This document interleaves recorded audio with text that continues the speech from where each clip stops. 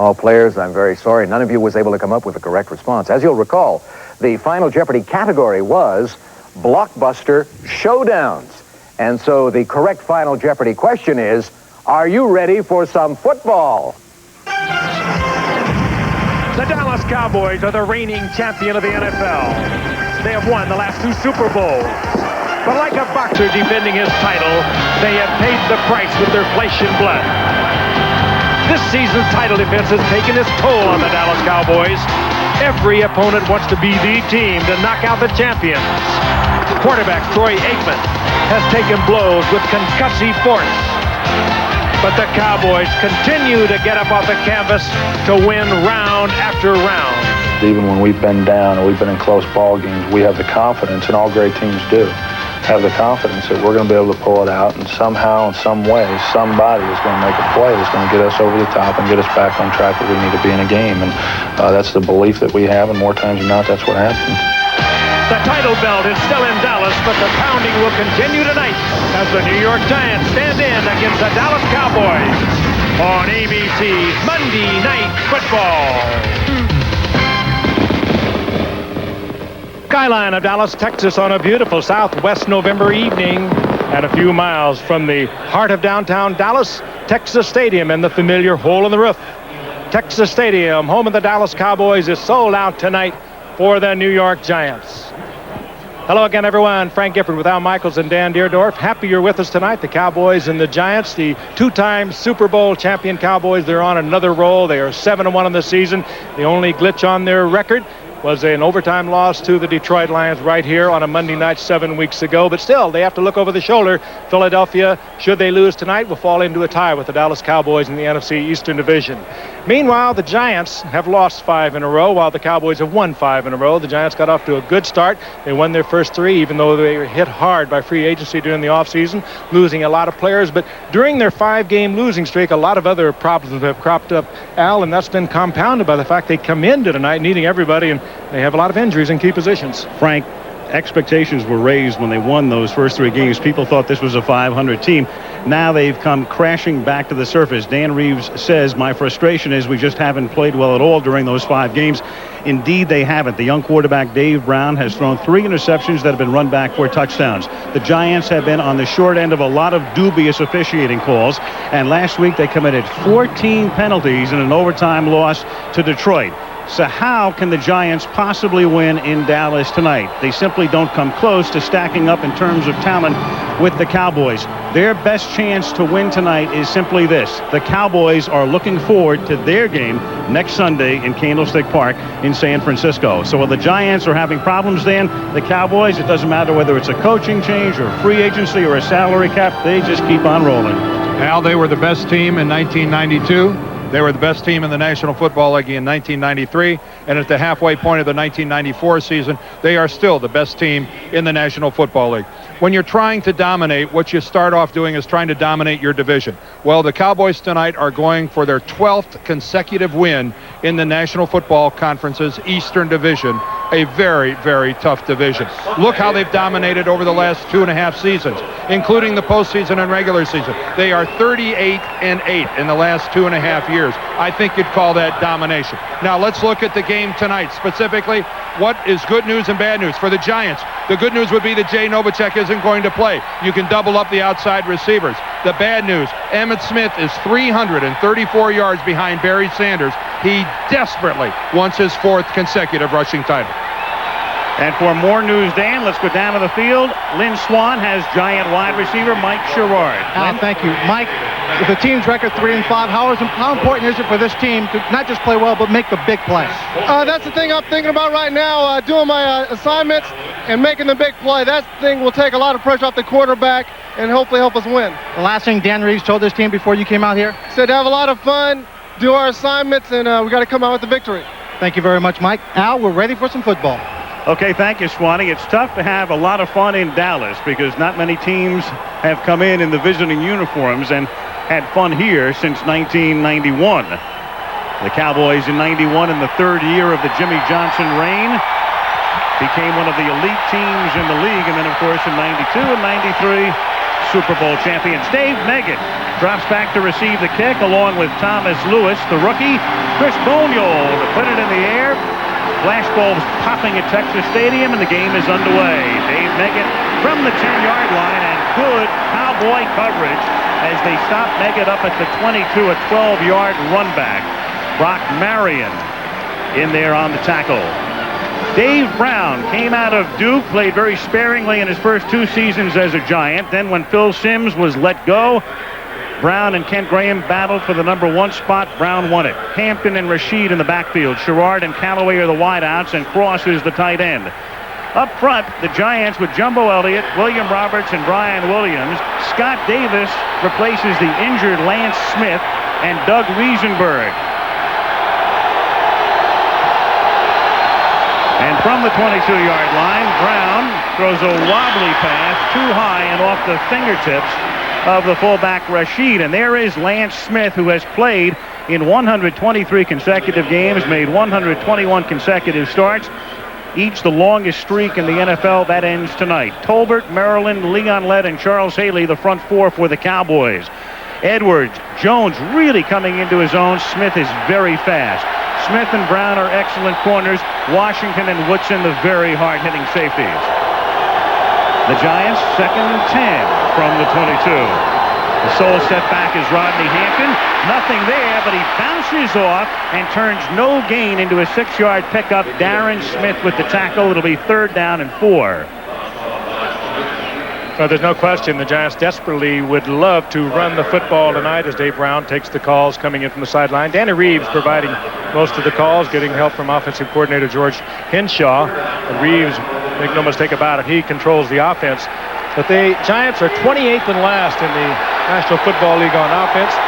They have rushed the ball 13th in the league, so they would like to get that going if they could tonight. 3rd and a long 4. Out of a split back set, Rashid stays in the block. Hampton is out into the pattern, and the pass is broken up. Robert Jones and Darren Smith had him double covered over the middle, and the Giants are 3 and out. Oh, so much speed defensively for this defense, Dan. They give up size for speed. Of course, there's a look at Barry Switzer, who took over from Jimmy Johnson, a much celebrated move by owner Jerry Jones. But Dallas, defensively, they are so fast. Think you're open, and they close it down so quickly. Mike Horan to punt. Kevin Williams, the Cowboy run back specialist, returning punts and kickoffs, back to receive it. It is a 51-yard kick, and tremendous coverage as Willie Beeman gets down there to take care of Williams. So a great kick by Horan, and no run back. And the Cowboys are pinned back at their own 18-yard line. 51-yard kick and -3 on the return. Troy Aikman, 11 TDs, 5 interceptions in his 6th year. And sustaining a couple of concussions already in 1994. Smith and Johnston in the backfield. Harper and Irvin, the great wideouts. Galbraith for the injured Novacek at tight end. Tuanay, Newton, Stepnoski, Kennard, and the rookie Larry Allen in place of Eric Williams, who was hurt in that auto accident a couple of weeks ago. And Emmitt Smith through the middle after the 26-yard line for a gain of close to 8. Carlton Bailey in on the tackle. The Giants now defensively. Mike Strahan is hurt, so they make a change up front with Hamilton, Fox, Howard, and Coleman Rudolph getting the start tonight at right end. Brooks is having a great year. Bailey in the middle and Corey Miller. The secondary has been porous. Raymond and Randolph the corners. Williams and Campbell are the safeties. Thomas Randolph, rookie out of Kansas State. 2nd and 2 from the 26, and they give it to Emmitt Smith again. He probes for that 1st down and gets it up to the 29-yard line. 1st and 10, Jarvis Williams with the tackle, and a little exchange there between Harper and Randolph. Well, I think what we're seeing right off the bat for the Dallas Cowboys is what we heard yesterday from their head coach, Barry Switzer. Asked him to talk about his club here at the midway point. What's one thing you'd like to do better? And he said, we have to get the ball to Emmitt Smith more. Emmitt is 334 yards coming into the game tonight behind Barry Sanders. And this guy, Barry Switzer, would like to see Emmitt Smith win that rushing title one more time. Emmitt Smith very much aware that Sanders only got 47 yards yesterday. They fake it to Smith. Look at that protection. And then the pass is incomplete, intended for the normally pretty sure-handed Darrell Johnston. I think Darrell Johnston was very surprised, probably almost as surprised as Aikman that he delivered the ball to him. Take a look at it once again. Aikman looking downfield. Johnston just is staying in to pick up a linebacker, and he slips the linebacker. Derek Howard puts the pressure on Aikman. But that's, if anything, is a hallmark of Aikman's career. It's that pass play right there. He will stand there and stand there and stand there and take that hit to get the pass away. He takes a pounding. 2nd and 10. Smith, big hole through the middle again, and he makes his way up to the 36-yard line. It'll be 3rd and 3. Bailey in on the hit for New York. I would not be the least bit surprised tonight, guys, to see Emmitt Smith get 26, 28, even 30 carries. And that means they will be controlling the ball on the ground. They feel that they can do that, even though they have been hurt a little bit on that offensive line with the loss of remember, right tackle. The last time these two teams played, last December, Emmitt carried it 32 times with a separated shoulder. Tremendous performance. The Cowboys won that one in overtime to win the division crown. 3rd and 3. Aikman looks the other way, and then wide open is Michael Irvin. And how many times have you seen Irvin that wide open? I mean, he is a magnet, but somehow he got free over the middle and picks up the first down. Well, if you give any quarterback of certainly Aikman's stature that kind of time, they're going to look around and find a receiver. There was no pressure whatsoever on him. He was just standing there back there. Irvin worked all over the field. Look at the time he has. A lot of protection. That's redefining, though, a soft zone. That is redefining the zone. They better tighten that baby up or they're in trouble. These guys, Harper and Irvin, too good to allow to be that wide open. Now out of the eye, they give it to Smith. He tries the right side, gets across the 50, takes the ball into Giant territory to the 49-yard line. He is stopped there by Corey Miller. And once again, the ball goes to Emmitt Smith. As Dan said, we're going to see a lot of him tonight. And the more and better he does running the football, the easier it's going to be for the Cowboys to throw the football. Cowboys have scored a touchdown on 5 of their 8 opening drives. On the other side, the Giants have not allowed a touchdown in their last 30 regular season games on an opponent's opening drive. 7th play of this drive coming on 2nd and 5. Aikman throws, and the catch is made. Good coverage by Bailey, but Scott Galbraith, who's taking the spot of the injured Jay Novacek, makes the catch at the 44, and it should be a first down. Novacek is hurt. He can hold on kicks, but he will not play tight end. And I guess Galbraith now has his quotient of catches. Barry Switzer said that for tonight's game, he was going to have one more catch than a dead man. Well, he's had 3 for the season. He's been controlled rather well. I've been trying to figure out the meaning of that. Well, he now has one more than a dead man. See, the Giants are covering Galbraith, the linebacker. You can't do that to Novacek, and it makes a big difference with Novacek out of there. Toss. Emmett to the short side of the field, and he's run out of bounds after a gain of 4 at the 40-yard line. Jesse Campbell with the tackle. Probably the man they missed most, the Giants, is Philippi Sparks, who is out with a groin pull, and that means that Corey Raymond, ordinarily the right cornerback, has moved over to the left side. The rookie Thomas Randolph has come up on the right side. Now Randolph is 5'9". He's going to be lined up many times tonight against the 6'3" Alvin Harper. And if you follow this game, you know that Harper can go up and get it. And not only is he a rookie, as you mentioned, Frank, he's also battling a turf toe problem. So he's young, he's hurt, and he's going against some of the very best. Not a great troika there. Galbraith in motion on 2nd and 6. The fake. Aikman under pressure, and before the screen can be set up properly, Michael Brooks is the man who broke that play up. Great rush, put the pressure on Aikman, forced him to release too early. Brooks has had an outstanding year. He is a Pro Bowl caliber linebacker, came with Dan Reeves from Denver. They tried him in middle linebacker early in the year. That didn't work out. They moved him to the outside, and he's had an outstanding year. And this is good pressure. He gets away from Stepnoski, the center, who tried to pick him up and forces Aikman to throw the errant pass. Like all blitzes, timing is such a big part of it, and that was timed perfectly by Brooks. Smith tried to trip him, but didn't get enough of him. 3rd down and 6 at the 40-yard line. No score. 9:20 remaining in the first quarter. Deep drop. Aikman throws. Open man is Irvin, but he's tackled before he can get the first down. He's 2 yards shy. Good tackle by Thomas Randolph to make sure he didn't get away. Boy, and that's a good job by Randolph, who's locked up with Irvin, chases him all the way across the formation and makes the play. A decision for Barry Switzer as to whether to go for it or not, and they are not. See, look at Randolph there in the trail position, and then comes up and makes a strong tackle against a much bigger man. If Randolph plays like that the rest of the night, Frank, he'll be just fine. And he hopes it's all underneath like this all day. Yeah. That's quality work there by Thomas Randolph, the rookie from Kansas State. On 4th and 2, John Jett in to kick. Boys. And he floats it down into the corner, and Brock Marion gets down there at the 1-yard line. The ball is loose. Boy, it's a shame the Giants gave up on that in their coverage, because that was a full-blown fumble.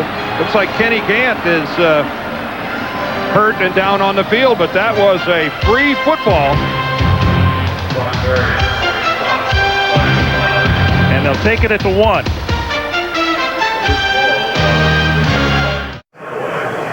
Here is Johnny Greer after that last play. Greer, they have moved the ball to the 20-yard line. Barry Switzer and Joe Avezzano both want to know what's going on as well, as the ball appeared to be down at the 1. And it stayed at the 1 almost to the end of the commercial. Take a look. Now it's out at the 20.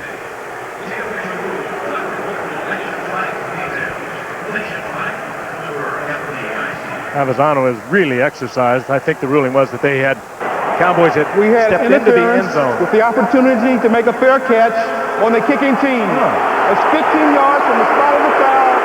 First down. What? Well, that wasn't too apparent. Interference with the opportunity to make a fair catch. So the ball comes out to the 20-yard line, and the Giants take it there. And Rodney Hampton takes it out to the 23. He acted like that was one New York Giant and one Dallas Cowboy going for that football. Both wearing blue, I guess. Those were two Dallas Cowboys hitting each other down there trying to get the football. And he was right about the interference. It was a little crowded. Yeah, but the interference was one Cowboy. I realized that. Two members of the kicking team. Oh, I know you do, Frank. I'm mystified by that. And we are too. He didn't give the number of the player either. Just what you said, Dan. You just confused the Cowboy for Giants. 2nd down and 7. Hampton back to the line of scrimmage. If nothing else, the Giants finally get a break on an officiating call, on a controversial one.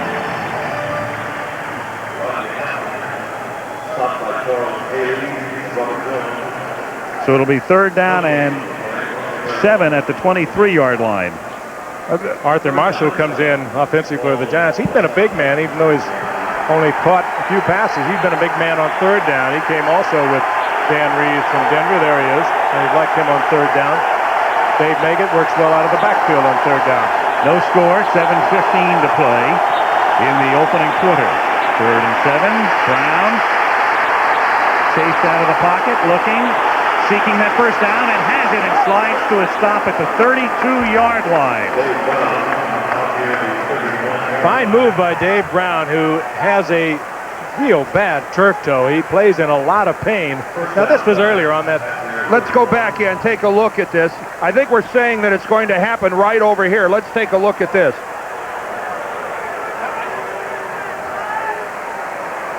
I guess that's where they're saying that's where the interference took place. But Robert Jones was the Cowboy. But that's nowhere near where the football came down to rest. Talk about away from the play, if in fact that is what they called. We're just serving that up as information. We don't know that's where the penalty was. On 1st and 10, a wobbly pass intended for Callaway, covered by Larry Brown. 2nd down and 10.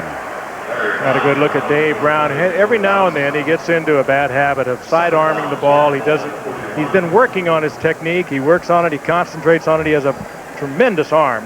He can deliver the ball.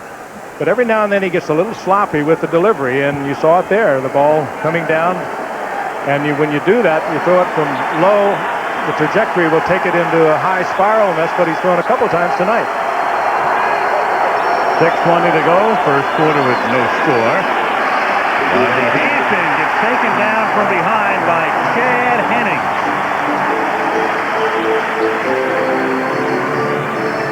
Cowboys so tough to run against going east and west. They are so quick. Even the defensive linemen, they're not big, this Dallas Cowboy team, but they are so fast. Well, look at their linebackers. Look, where else are you going to find a team in the National Football League whose 3 starting linebackers are 6'1", 6'2", and 6'1"? And all under 240. Yeah. In today's modern era, those are tiny guys playing the linebacker position. They can run, but they can scoot.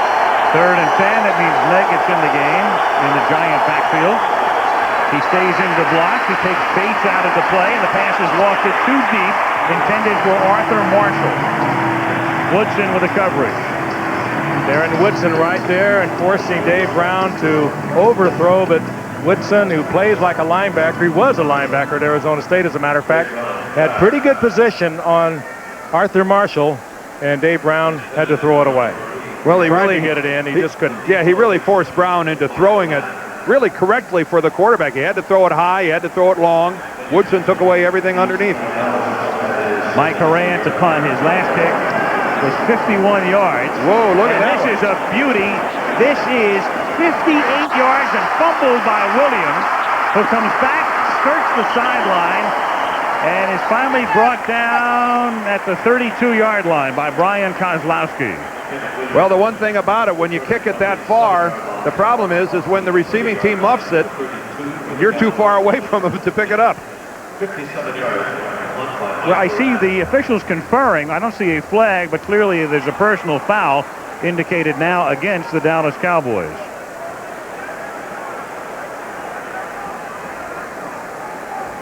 Where this happened on the field, I don't have an idea. I don't. Anybody's guess. Well, there was a flag that flag. just got thrown now out of the Giants bench. Personal foul, unnecessary roughness while the ball was in the air. Number 28 receiving team. He went out of bounds and hit a player. That's the first down. The flag was actually thrown out of bounds where he went out of bounds. It happened on the near sideline here in front of the Dallas Cowboy bench. So, good break for the New York Giants as they back the Cowboys up.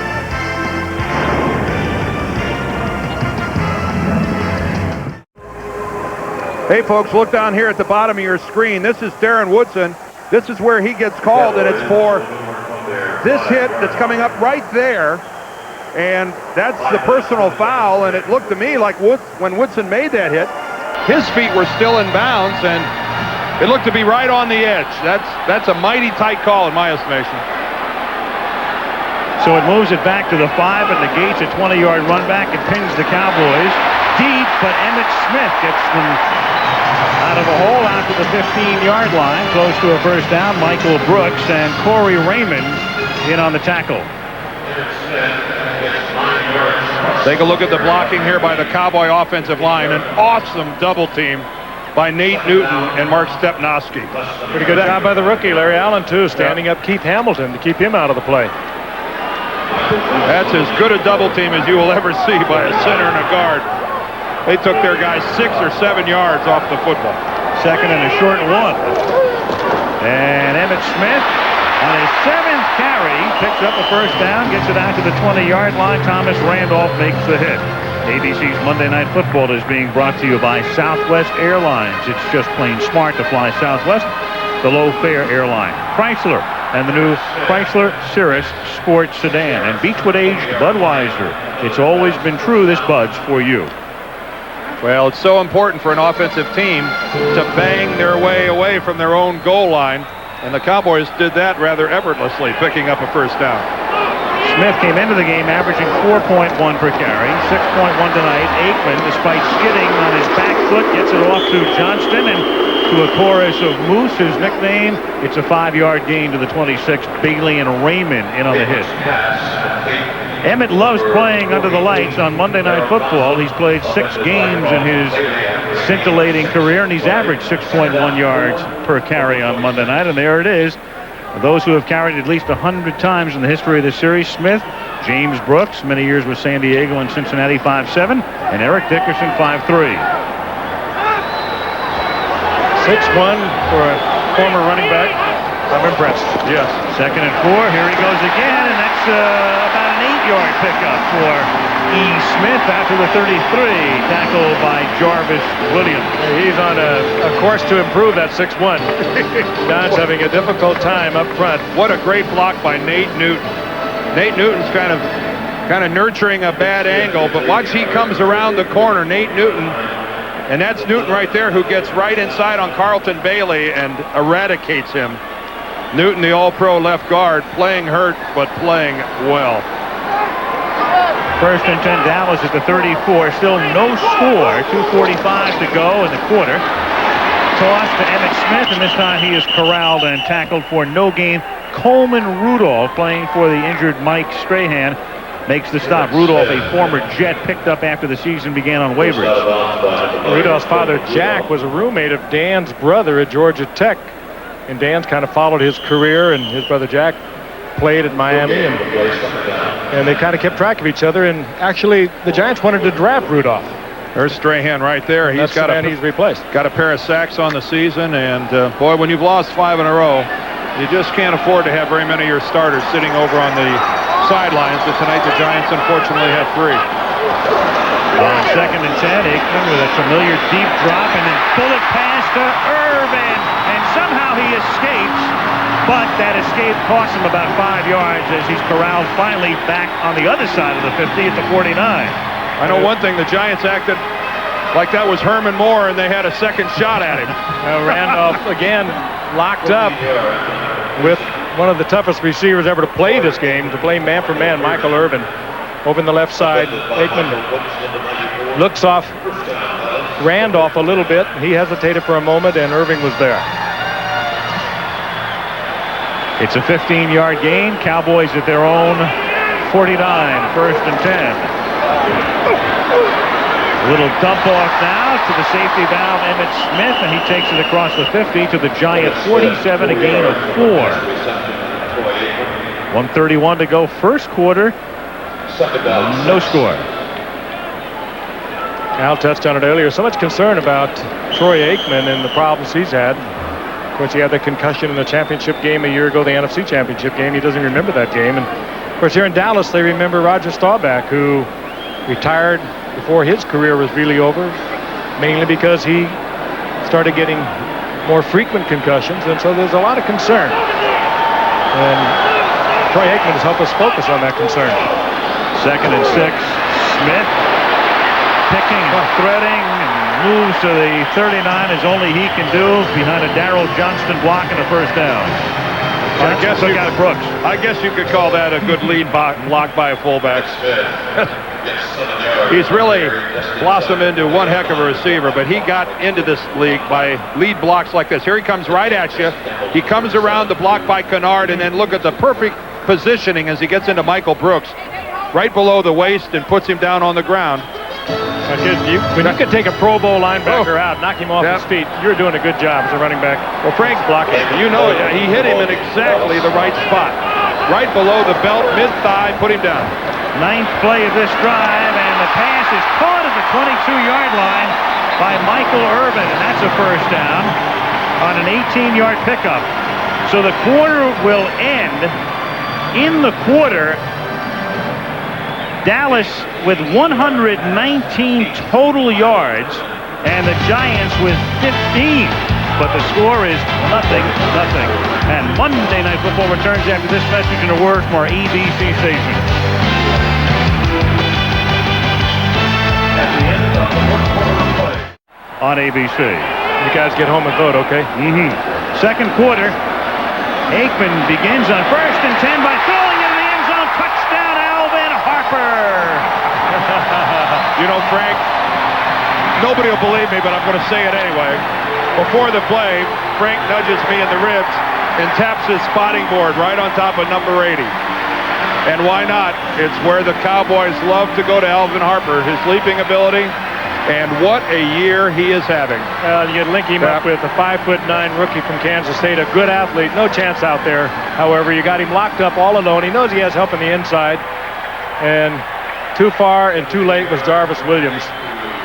Yeah, you got to have some help inside from a safety when that receiver turns to the inside like that. There's no way the corner's going to cover a guy like Harper. That was A simply sensational drive by the Dallas Cowboys. Bonio's taps on the point after.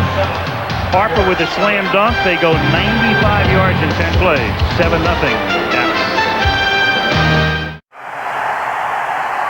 7-0 Cowboys. Dave Meggett dropping back for New York, ready to accept the kick along with the rookie Thomas Lewis. And Chris Bonio in a moment will put it in the air for the Dallas Cowboys. They are looking apparently, they've had to take a closer look at the goalpost after the Alvin Harper dunk, which has become traditional for him. Well, not if they have to fix the goalpost. That'll be the end of this. Yeah. There it is, the left-handed jam. Ooh, and he hangs on it a little bit. It's not a breakaway goalpost, so... it's not a very sturdy goalpost, if that hurt it. If Alvin did that, imagine what Shaquille would do to it. Look, it is a little crooked. Look at that. Oh, no. I mean, line it up with the hash marks, and you can see that it's a little askew. You're right. As looking at it from out in the field, it's lower on the right side than it is on the left. Hope somebody doesn't miss one close to the left. Well, maybe if he scores another touchdown, he'll have the presence of mind to do it on the other side. Bonio sends it down to Meggett at the 3-yard line. And David returns it to the 23. And the Giants will begin their next drive in that spot. And to the opening of the NBA season. We got to call Tim Allen for a little goalpost improvement. Technical foul. Well, we're down in Texas where they lasso just about anything they want. This guy done lassoed him some goalposts, and he's trying to reel it in a little bit. And look at that. I think he fixed it. All right. Goalpost at Alvin Harper, Bulldog. The Giants now with Hampton going nowhere. He's stopped back at the 21. That's a 2-yard loss, so make it a 3-yard loss. The Cowboys have now gained 141 yards in the game, and the Giants 12, and Brown has yet to complete a pass. He's over 4. What's important for the Giants now, Frank, is that last drive by Dallas. They only get 7 points for it, but that's really a 14-point drive psychologically. I was going to say, it helps the defense. It helps everybody in the organization right up to Jerry Jones. That was a great drive. It's a backbreaker. The Giants have got to focus now. You see the Giant Brain Trust, Wellington Mara, the owner, John Mara, his son, the executive counsel, and George Young, the GM, and Brown fires right on the money, but out of bounds at the 33-yard line. He threw a strike to Sherrard, but he was across the line. Boy, how close did Charles Haley come to swiping that ball out of Brown's hand? Charles saw that he couldn't get the sack, and what an effort he made to try to knock the ball loose. Watch Haley here coming in behind Brown. Ooh, just misses. In fact, he hits the right arm of Dave Brown. You can see the ball come down. You know, that'll just go into the play-by-play as an incompleted pass, but Charles Haley, I think, gets an assist there. His 30th pressure of the season.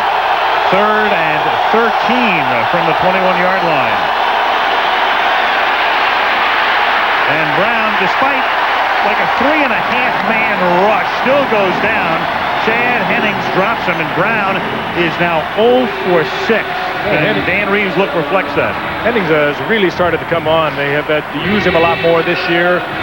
They lost a couple of players a year ago. He's been in the rotation. He's the former Air Force Academy player who took in the 11th round in 1988. He had to serve his time in the Air Force, and he has really matured. He has 4 sacks, and he just put a tremendous amount of pressure on Dave Brown there. Here's Haran now, who's been kicking beautifully tonight. This one not nearly as deep. And Williams fumbles it. The Giants need a huge break. And the question is, do they get it? They did. Yep. Kevin Williams muffs the football. And that's the second time tonight. He's talking to James Washington, but the second time tonight, the ball's down on the ground. Derek Brown, the #1 draft choice a couple of seasons back, makes the recovery. When you don't have possession, they call it a muff. Let's see if the Giants can capitalize on a break they really need it. 1 times. That is the case tonight. And what's happened? In every one of those games, the team with the winning streak won the game. Oh, my God. I hate it when you keep me in suspense like that. In every game. So it augurs well for the Cowboys as Brown throws. Howard Cross makes the catch, and it's an 8-yard gain to the 35-yard line. He's tackled by Dixon Edwards. I'm glad you didn't run that by Dan Reeves. We talked to him last night. Yep. How many guys you see make a tackle when they're already flat on their back? Dixon Edwards is flat on his back on the field and ends up making the tackle there. That's pretty good work. Never say die there, Dixon. That is Dave Brown's first completion of the game. He's 1 for 7. 13-10 to go in the half. 7-0 Cowboys. Sherrard in motion. It's 2nd and 2. Rodney Hampton. Leon Lett, to a first down. one more time, as he has done all season, makes a hit in the backfield. He didn't make the tackle that time, but Leon Lett has become such a complete defensive tackle, not only in his ability to rush to the quarterback, but even better the way he plays run. Watch the lower left. Here comes Leon, takes the big inside move on William Roberts, but still has the athleticism to come back and force Rodney Hampton to the outside. Lett has become a fine Pro Bowl type defensive tackle. 3rd down, short 1 at the 33. They need about a half a yard, and Brown burrows for it as he takes it to the 31. First down, Giants. AFC matchup, and a good one and an important one next Monday night, because Buffalo was upset yesterday by the Jets. And so the Bills are now 2 games back of Miami, trying to hang on in the AFC East against the Steelers, who trail the Browns by a game in the AFC Central. Good matchup, Pittsburgh next Monday, Bills-Steelers.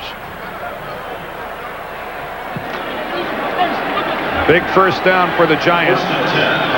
Turnover by the Cowboys. They must get some points out of this Good guy. athletic quarterback. He's 6'5", 225 pounds. Let him bullet for the first down. You look into the eyes of Hampton. Brown going for the end zone for Sherrard. He can't hold on. He was covered by Larry Brown. Pretty good coverage by Larry Brown on Sherrard on a pass that might have been caught. And Dave Brown laid it up there perfectly. That had a little ice on it, but I mean, he threw this ball awfully high, but laid it in there perfectly. Could have been caught. Would have been a good catch. They were all over Sherrard, but nobody touched it, and it was right in his hands. Sherrard, who began his career as a Cowboy in '86. In fact, he was the #1 draft choice, and there's no play as Chad Hennings comes across the line, and the whistle sound. Johnny Greer will announce it. Well, there was contact. Hennings came across, and there was contact, so it's no play. Boy, when you're on a losing streak, Encroachment, defense. those are the types of plays that teams that have lost 5 in a row look back on, Frank, and realize when it's all said and done, that's the difference between winning some games and losing some games. How many times do you look back? Well, when you're on the road, you're playing the world champions. All week long you work on that play, and then it works to perfection during the course of the game, right up to the point where the ball is not caught for a touchdown. 2nd and 5 at the 27-yard line. 11:37 to go in the half. 7-0 Cowboys. 4-man rush. Good throw by Brown. Callaway has it. That's a first down as he run out of bounds at the 13-yard line. Kevin Smith hit him first, and Darren Woodson also there as well. And you got a good look at the strong arm of Dave Brown. We had a good look at it. Remember right before the half against Minnesota on a long drive for a touchdown? Watch this. This is a tough pass to throw. Working against a good cornerback, Kevin Smith. Gave him a little room because he was way out there. Knew that Dave Brown would have to carry the ball about 30 yards, and he did exactly that. Good, solid throw. Giants trying to capitalize on that break. The Kevin Williams fumble on the punt return. First down. Hampton to the 10. Gain of 3. Russell Maryland with the tackle. It'll be 2nd and 7 for the Giants. And I'd come right back with Hampton on the ground. This is an area where Rodney really does well, and the Giants need to get back into the running game mode. And I wouldn't be afraid to bang at it a couple times here with Rodney Hampton. A good, solid power running back, and he keeps the football. He keeps possession. 2 fumbles and 618 handles. Pretty impressive. Aaron Pierce lines up in the backfield as the H-back. They give it to Hampton, and Rodney works his way to the 6. It'll be 3rd down and 3. Robert Jones, the middle linebacker, makes the stop. This offensive line in the New York Giants, they are better run blockers than they are pass blockers. And keep in mind that they have a rookie making his first professional start in there at right guard in Scott Davis. And it is easier to run block than it is to pass block. 3rd and 3. Yep. Their frequency has shown them going to their H-back. Aaron Pierce down around the goal line. Hard to change it with the crowd. Gerard is in motion. Brown looking, and then throws it away. And Maryland drops Brown. And a flag is down.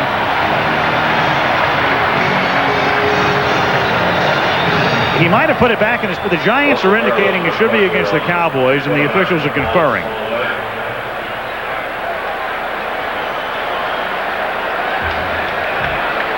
The side judge. There is no infraction on the play. Well, Dean looked, the side judge, threw the flag and then said there's no infraction. Well, you bang 3 yards on first down, you bang it in there for 4 yards on second down, and then you pass it on 3rd and 3, and now you end up having to go for a field goal. I would have been inclined, I'm in the booth, but I would have been inclined to keep Rodney Hampton on the ground. And even if you end up with a 4th and 1, you're still in a position to go for it again. What the heck, you've lost 5 in a row. Now you've got a 23-yard field goal attempt for David Treadwell. Ken Graham will spot it at the 13. And that one is just good. Turn that one into an adventure. Could have gotten 7, barely settled for 3. Could have gotten 7 right here with Gerard. Right off the fingertips. And as Dan said, one that he'll think about for a long time. Covered, cash in for 3. Cowboys lead 7-3. 9:54 remaining in the first half. And Brad Dalwiso sends it into the end zone. And Dalwiso gets credit for another touchback as it's down there by Kevin Williams. 9:47 left, first half in Irving, Texas. Dallas 7 and the Giants 3. You know, Barry Switzer said something very interesting, I thought, at the beginning of the year. He said, I'm the one who had to make the adjustment. It's easier for one guy to make the adjustment for 50 than 50 for one. So far, so good. I like what he said to us last night. We asked him, any surprises halfway through the season? He said, yeah, we're not undefeated. Yeah, their only loss was in overtime. Here's Emmitt Smith picking up about 4. He also said something I thought was very interesting. We asked him to assess his team and where they were here at the halfway mark. And he said the one thing, even though we played, a couple games where it was close and we lost the game here to Detroit, he said, I love the effort that this team gives on every play in every game. And he is right. If you watch the Cowboys, they don't have just one guy making a tackle. They get 6 or 7 guys there peppering the ball carrier. They have offensive linemen hustling downfield to make hits.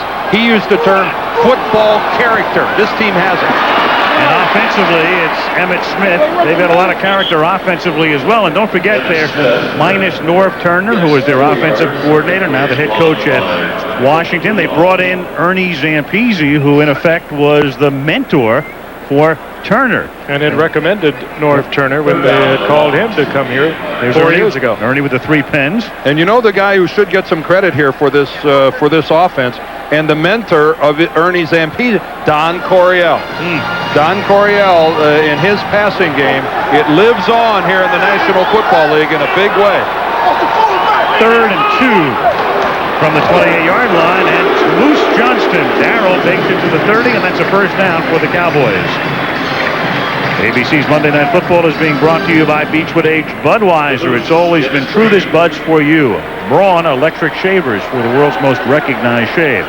And Dr. Pepper and your local Dr. Pepper bottler. Dr. Pepper is just what the doctor ordered.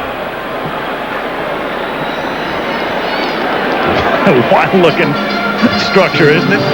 Well, no wonder. They're a lot wilder if they have Jerry Jones as his way about it. And when you look at that roof, no wonder punt handlers have difficulty with the ball here. It comes across the roof, then into the hole, and then back into the roof again. And Alvin Harper can't handle it at the 40-yard line. Incomplete, second down and 10.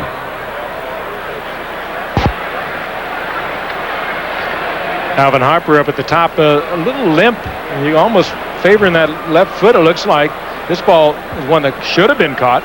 Not that difficult. A little behind him, but We noticed before the play, our producer Kenny Wolf actually picked it up, that he was limping coming out of the huddle. And wonder if that ball was behind him because he rounded off his pattern, not able to plant. Could well have been. 2nd and 10. Williams in motion. And Emmitt Smith gets banged down after he picks up about 3. Michael Brooks hammers him to the AstroTurf. It'll be 3rd down. Well, if everybody on the New York Giant team was playing the way Michael Brooks has played so far in this ball game, they'd be ahead. He has really played a fine ball game up to this point. Of course, it's nothing new. He's been playing good football for a long time, whether at Mile High Stadium or at the Meadowlands. He came with Dan Reeves. Spent his first 4 years with Dan in Denver, then came over as a free agent. 3rd down and 8 from the 33. 7:12 to go in the half. Aikman. Look at that block. Flushed out, room to roam, and takes it out to the 41. That's a 1st down. Oh boy, and this crowd was holding their collective breath. They knew that Aikman, what a competitor he is. He was not going to hook slide that. He was not going to save the body. He knew where he had to go to get the 1st down, and that's exactly what he did. The Giants come with the blitz inside. Jesse Armstead tries to blitz to the inside, gets stuffed at the line of scrimmage. Look at this, though. Look at the time that Aikman has to survey the field. He doesn't come out of there till 5 or 6 seconds, and you're right, Frank. You could hear the air go out of this place. That's nobody who likes the Dallas Cowboys wants to see this guy on the run. But he won't stop. From the 42-yard line. Troy, a ton of time, throws, and the catch is made at the 39-yard line by Michael Irvin. He found the open space again, 1st down at the New York 39. Giants laying way back in a 2-deep zone, and Irvin and Harper are deadly against that. They read it so well, along with quarterback Troy Aikman. And Irvin just takes it upfield, slides in behind the linebacker, finds the open gap, big pickup. 19 yards. The whole purpose of that 2-deep zone is to come up and punish them after they catch it. These Dallas receivers are too big to punish. Fake, mini roll, backside screen, flag down. Darrell Johnston rumbles inside the 20 to the 18-yard line. Flag down, 2 flags in fact, 2 separate infractions, a flag at the 31 and one at the 14. Johnston crossing. Too many men on the field, number 1, against the Giants. What's the other one for, Johnny Greer? 12 men on the field. Defense is declined. First and Boy, it's a good thing they didn't have 11. It had been 6. Might have been a touchdown, you're right. Very cagey of defensive coordinator Mike Nolan. What a beautifully set up screen, though, by the Dallas Cowboys to the left side. Picture perfect. 11, 12, 13 guys. You think there's some domination going on here? Well, we have to assume both flags were the same infraction, even though they were thrown 17 yards apart. At the 18-yard line, Emmitt Smith takes it inside the 15. He's tackled by Corey Widmer with 5:05 to go in the first half. 7-3 Dallas.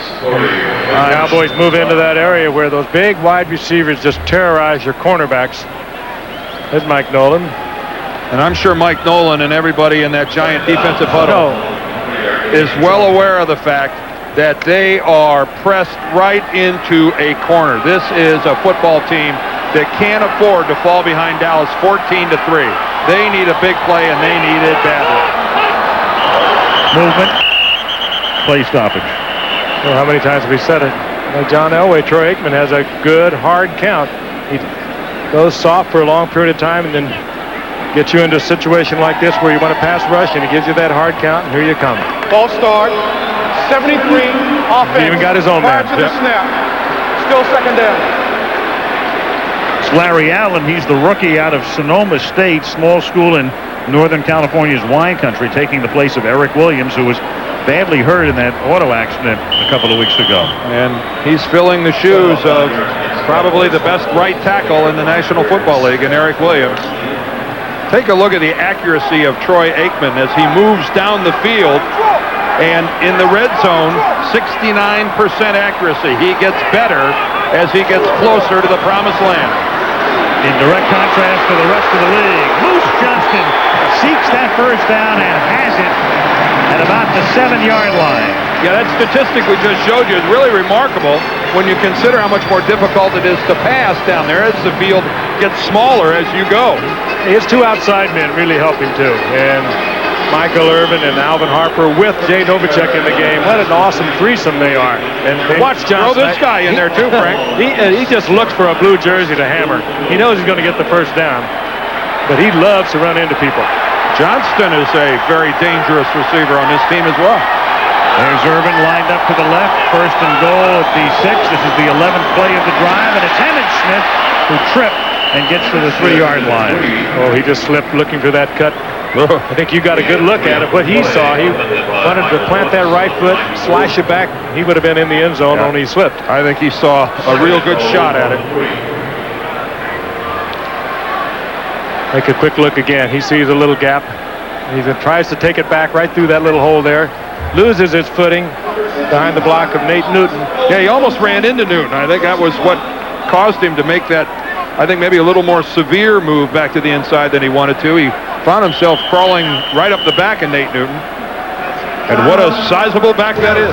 Dallas takes a timeout. Second and goal at the 3. 3:13 left in the half. Cowboys by 4. After the timeout, have it second and goal at the Giant 3-yard line. Dallas up 7-3. Michael Brooks there trying to get his guys fired up. Cowboys come up in the eye. Johnston is the fullback. Smith the tailback. Irvin left, Harper right. Emmett. Emmett does not get there. It is Eric Howard who, for the moment, saves the touchdown. Third and goal. Pretty good job of Eric Howard, who stood right in there, and then the entire Giant defense comes in there and all gets a shoulder on it.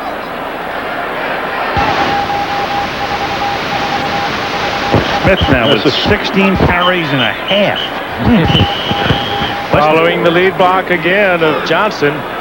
And Eric Howard hangs in there strong, gets a little support.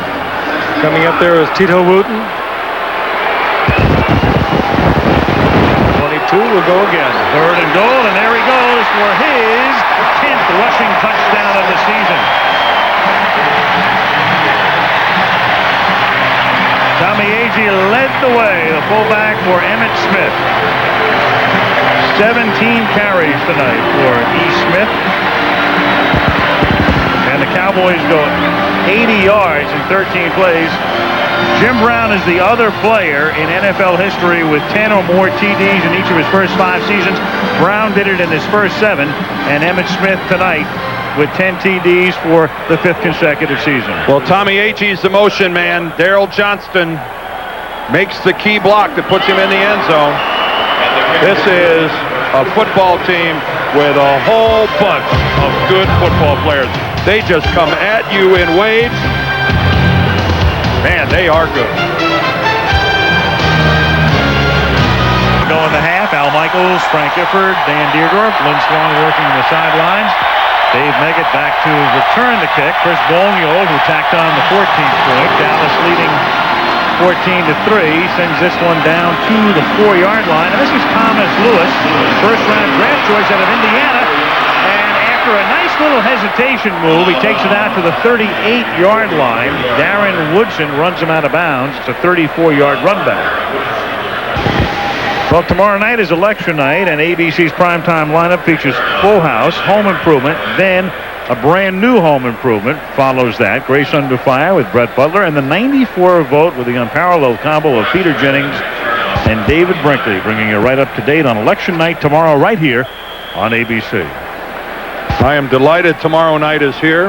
An interesting election, but after tomorrow, no more election commercials for a while. That's it.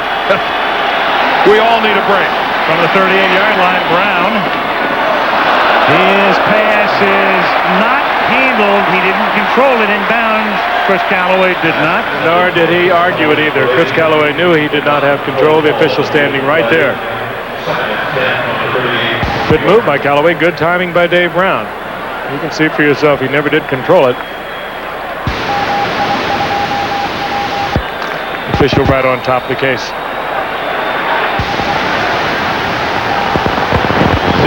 at the 38. And Leon Lett takes care of Dave Brown. We watched him earlier tonight. Formidable against the run. He can do it all. Well, what really hurting the Giants here is this is really just a three-man rush. And it's the second time that they've dropped Dave Brown out of just a three-man rush. They've got their four linemen up front, but take a look at Russell Maryland, 67. He falls off. This is just three guys coming after your quarterback, 8 guys back in coverage, and you still drop your quarterback. That's a sign of a real good defensive team that's able to pull that off. 3rd and 15 at the 33-yard line. No play. No play because the 2-minute warning had come up before the snap. So when we come back, the Giants have a 3rd and 15 facing them, and the Cowboys up by 11.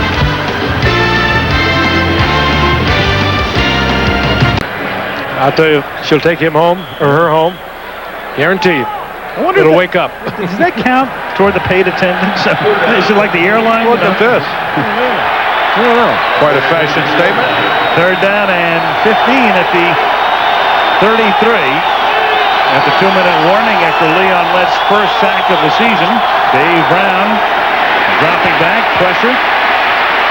Throws on the run, a wobbler and too high and out of bounds, intended for Mike Sherrard. 4th down. Good coverage, James Washington.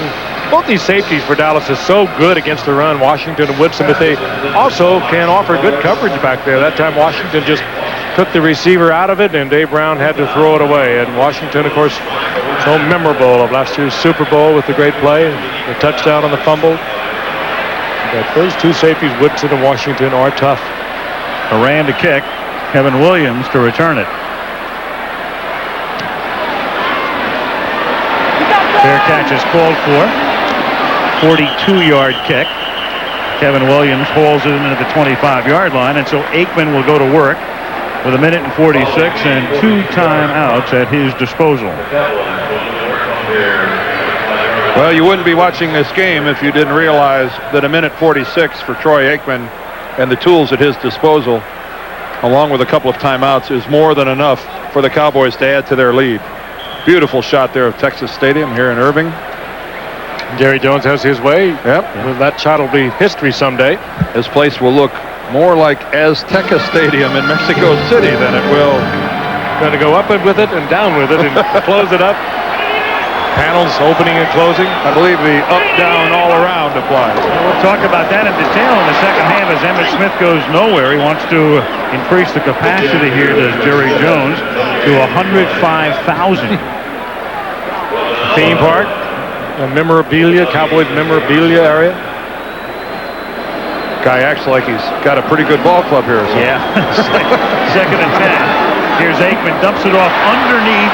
Emmitt Smith breaks an ankle tackle and then goes out of bounds up at the 32-yard line. And there is Jerry Jones, and he'll be part of our halftime format tonight. Had a chance to visit with him yesterday, and you'll hear from the very proud owner. Now, he got the idea to expand this when we were in Azteca Stadium in Mexico City in the middle of August. That was the shot we provided that night from the helicopter. And he wants to literally raise the roof here at Texas Stadium and add 40,000 seats in an upper deck. And there it is, Texas Stadium. And by 1999, if he has his way, they'll have 105,000 seats in here. On 3rd and 3, it's Emmitt Smith, and he's tackled before he can get the first down by Jesse Campbell. But because of the forward progress rule, the clock still runs. He's ruled inbounds, and now the Giants take a timeout. So it'll be 4th and 1. Timeout New York with 1:08 remaining in the opening half. The owner of the Dallas Cowboys, Jerry Jones, who bought the team for, in effect, $140 million in late 1988. And who knows what this franchise is worth right now. Might be the most valuable franchise in all of professional sports. The kick certainly is when you're winning. Yeah. John Jett to kick. Dave Megan has run back 6 punts in his illustrious career for touchdowns, but this one will be fair caught. That's a beautiful kick as Jet not only kicked it deep, but pinned Meggett near the sideline at the 18, a 48-yard boot. Beauty. There's Mike Nolan, the defensive coordinator, who we misidentified a short while ago. He's up in the upstairs in the booth. His dad was with him a moment ago, Dick Nolan, the former Giant player, teammate of mine, and a Dallas Cowboys scout, the former head coach in the league. But Mike Nolan, who many think will move along in his career and become a head coach. He's a capable young man. He's trying to get a head start down to the locker room here while the offense has the ball. He better hope the offense doesn't turn it over. You'll see a guy sprinting back to his position there. I knew that little guy when he was growing up at Yankee Stadium. His dad used to bring him to practice when I bring my son Jeff. Boy, they used to really play tough. Giants at the 18. They have all 3 timeouts. Brown and Meggett drops it. Meggett over the middle. Simply dropped it. Second down. Giants have 2 timeouts left. They took one on the 4th and 1 defensively. Dave Brown. Remember, he came out of Duke early. Went into the supplemental draft. He's 2 for 13, and then he sat on the bench for 2 years. Would have sat on the bench again this year had Phil Simms come back. Keep in mind those numbers. They're against the #1 pass defensive team in the National Football League. They have only allowed 165 yards a game passing, and it looks like they're about to reduce that number. 2nd and 10. Just tremendous pressure. They never blitz. They never have to. They just keep on coming. It's Colbert and Chad Hennings. And they get the coverage downfield, too. There was time to dump it off, but no underneath man to dump it off, too. They're trying to go up topside, Dan, and just good coverage. Keep in mind, again, that pocket is collapsing with only a 3-man rush. Again, the Cowboys only rushed 3 guys and put Dave Brown on the ground. And now Dallas, thinking it'll get the ball back, takes some time out. Been sacked 27 times now this season.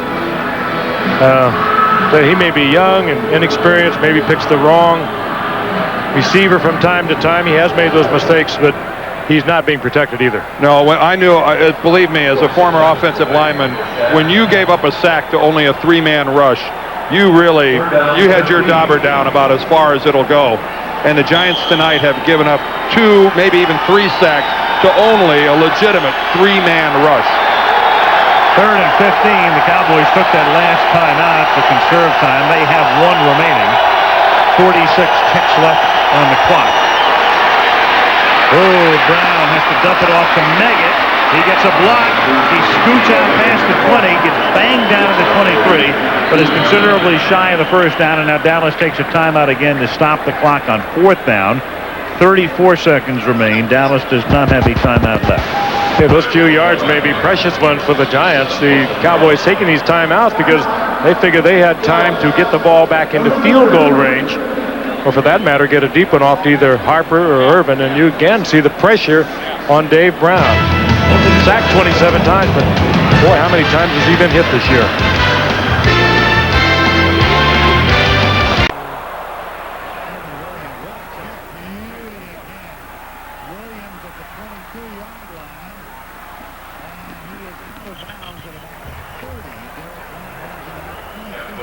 Remain, and that kick was 54 yards. Moran having a big night, 8-yard return. I think they measured the hang time of that thing with a sand timer rather. That thing, sundial, sand timer, egg timer. You know what I mean? I know. The thing you turn upside down. Yeah, it almost went through the hole in the roof. Almost blocked by Joe Fishback. Remember Dallas now, they got a bit of a problem. They had to use their timeouts to get the ball back. They have 22 seconds. They got to take something downfield deep.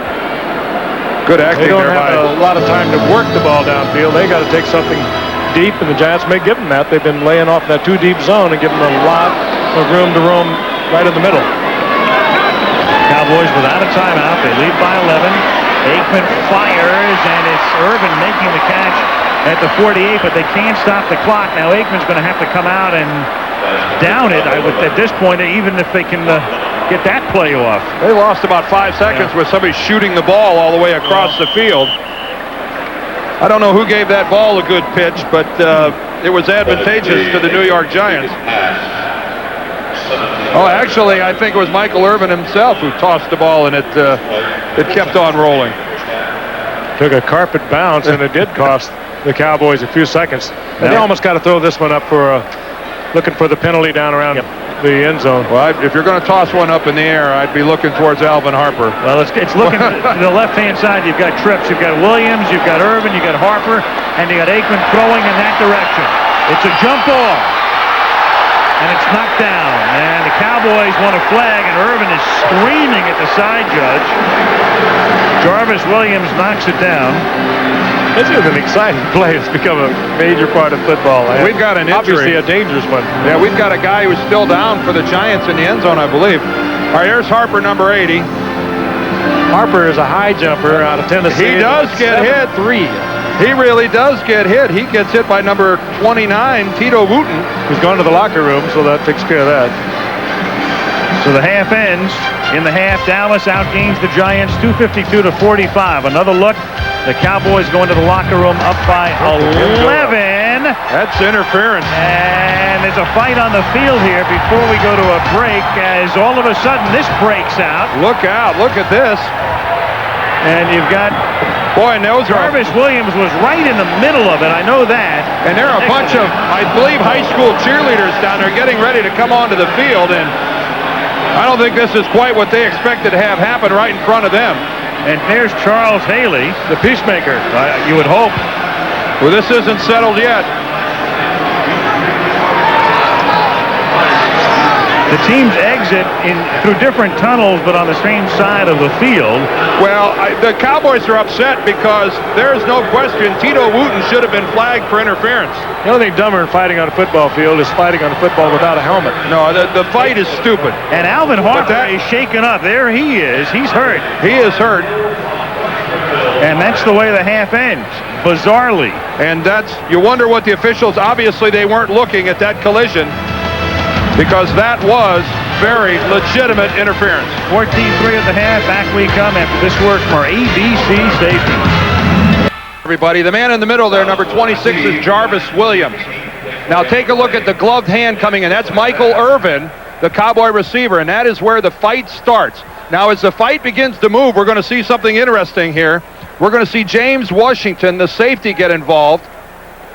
And we're going to stop the tape right here and take a look at this cameraman right here. The guy coming in on the side is Washington, and he's going to take a camera from that photographer on a tripod, and he brandishes it as a weapon but never does use it. And that is the way the first half ended, with and the photographer is actually taking a picture of James Washington. Now the significant part of all this was that Alvin Harper was injured when he came down after being hit by Tito Wooten, and we'll look at that right after the kickoff. Here is the second half kickoff. Brad Dalwiso sends it into the corner. Good kick. Kevin Williams at the 1. And he finds room up the sideline and is finally taken down by Corey Raymond. And the report now on Harper, as we'll take a look at him here, sprained knee. He's from the left. He gets hit in the air by Tito Wooten. Watch his left knee. He comes down and he hits it quite hard right on this hard AstroTurf right there.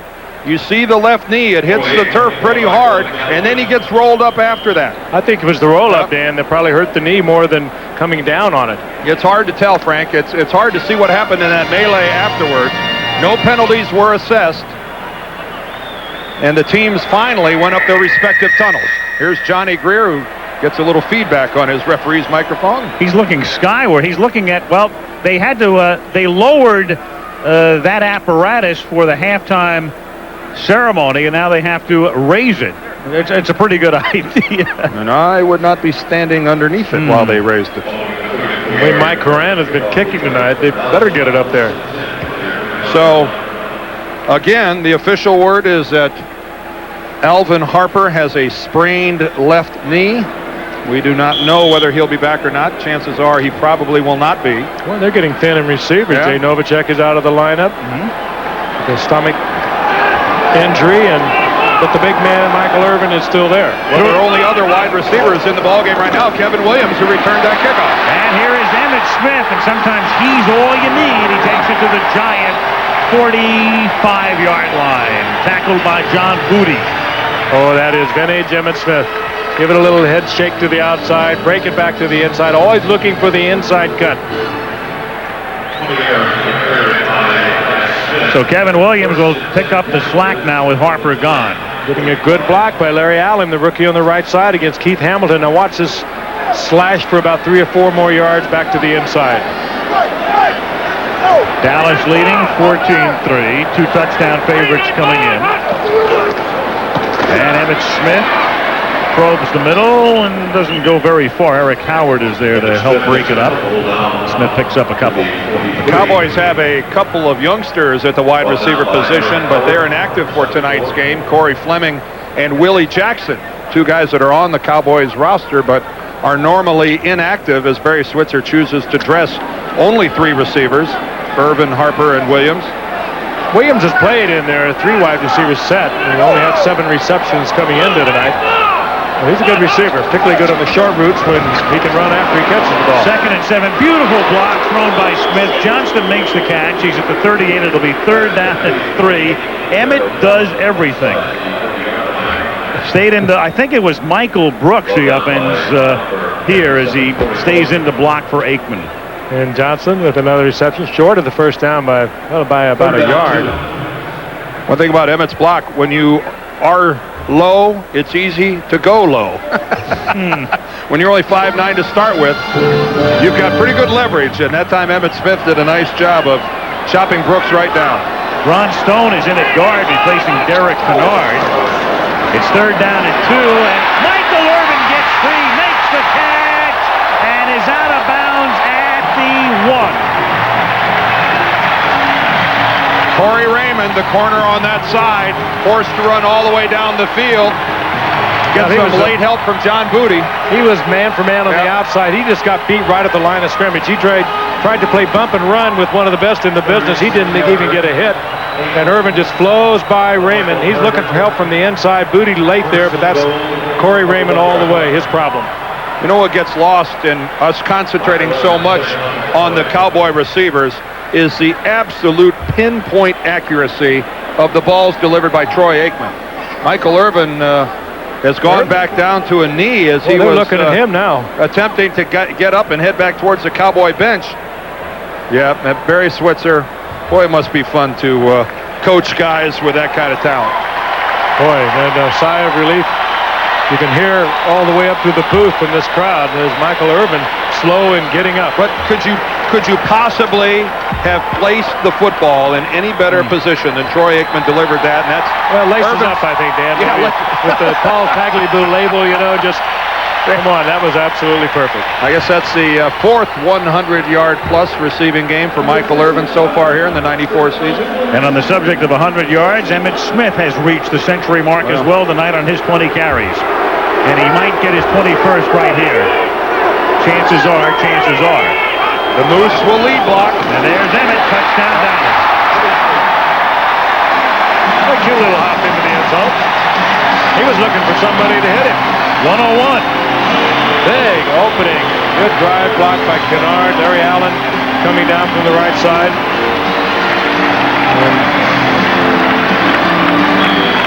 Dale Hellestray in there at the right guard position. Stepnowski at the center. The rookie Larry Allen. But of course the big lead block by Darrell Johnston. And that's about as easy as it gets for a running back. You could have taken that in. Yeah.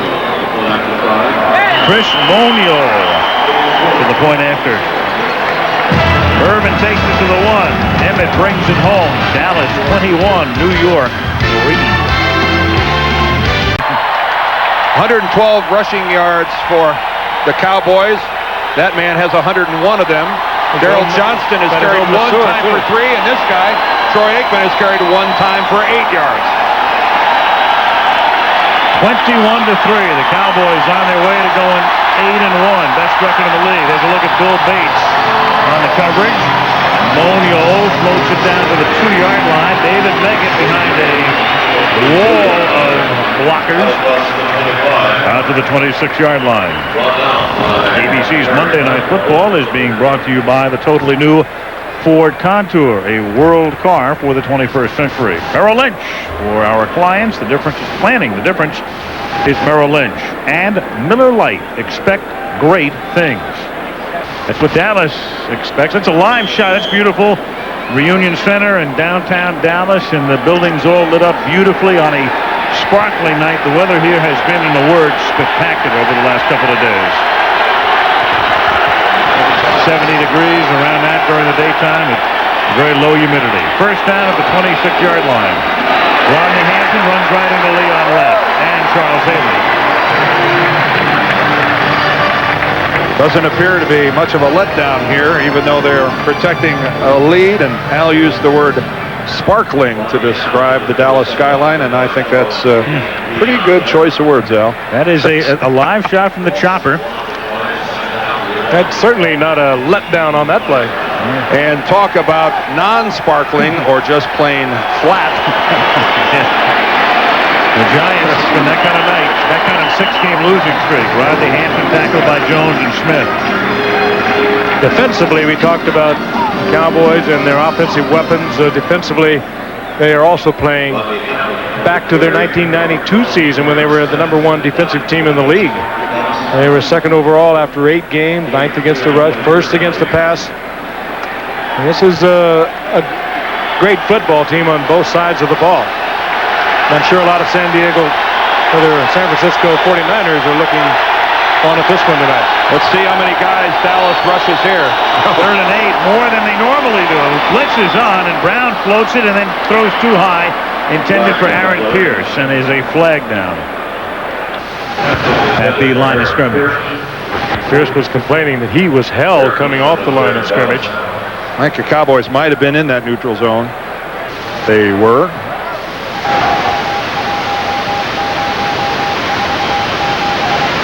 Cowboys face the 49ers next week. The game could have a lot of implications. Defense.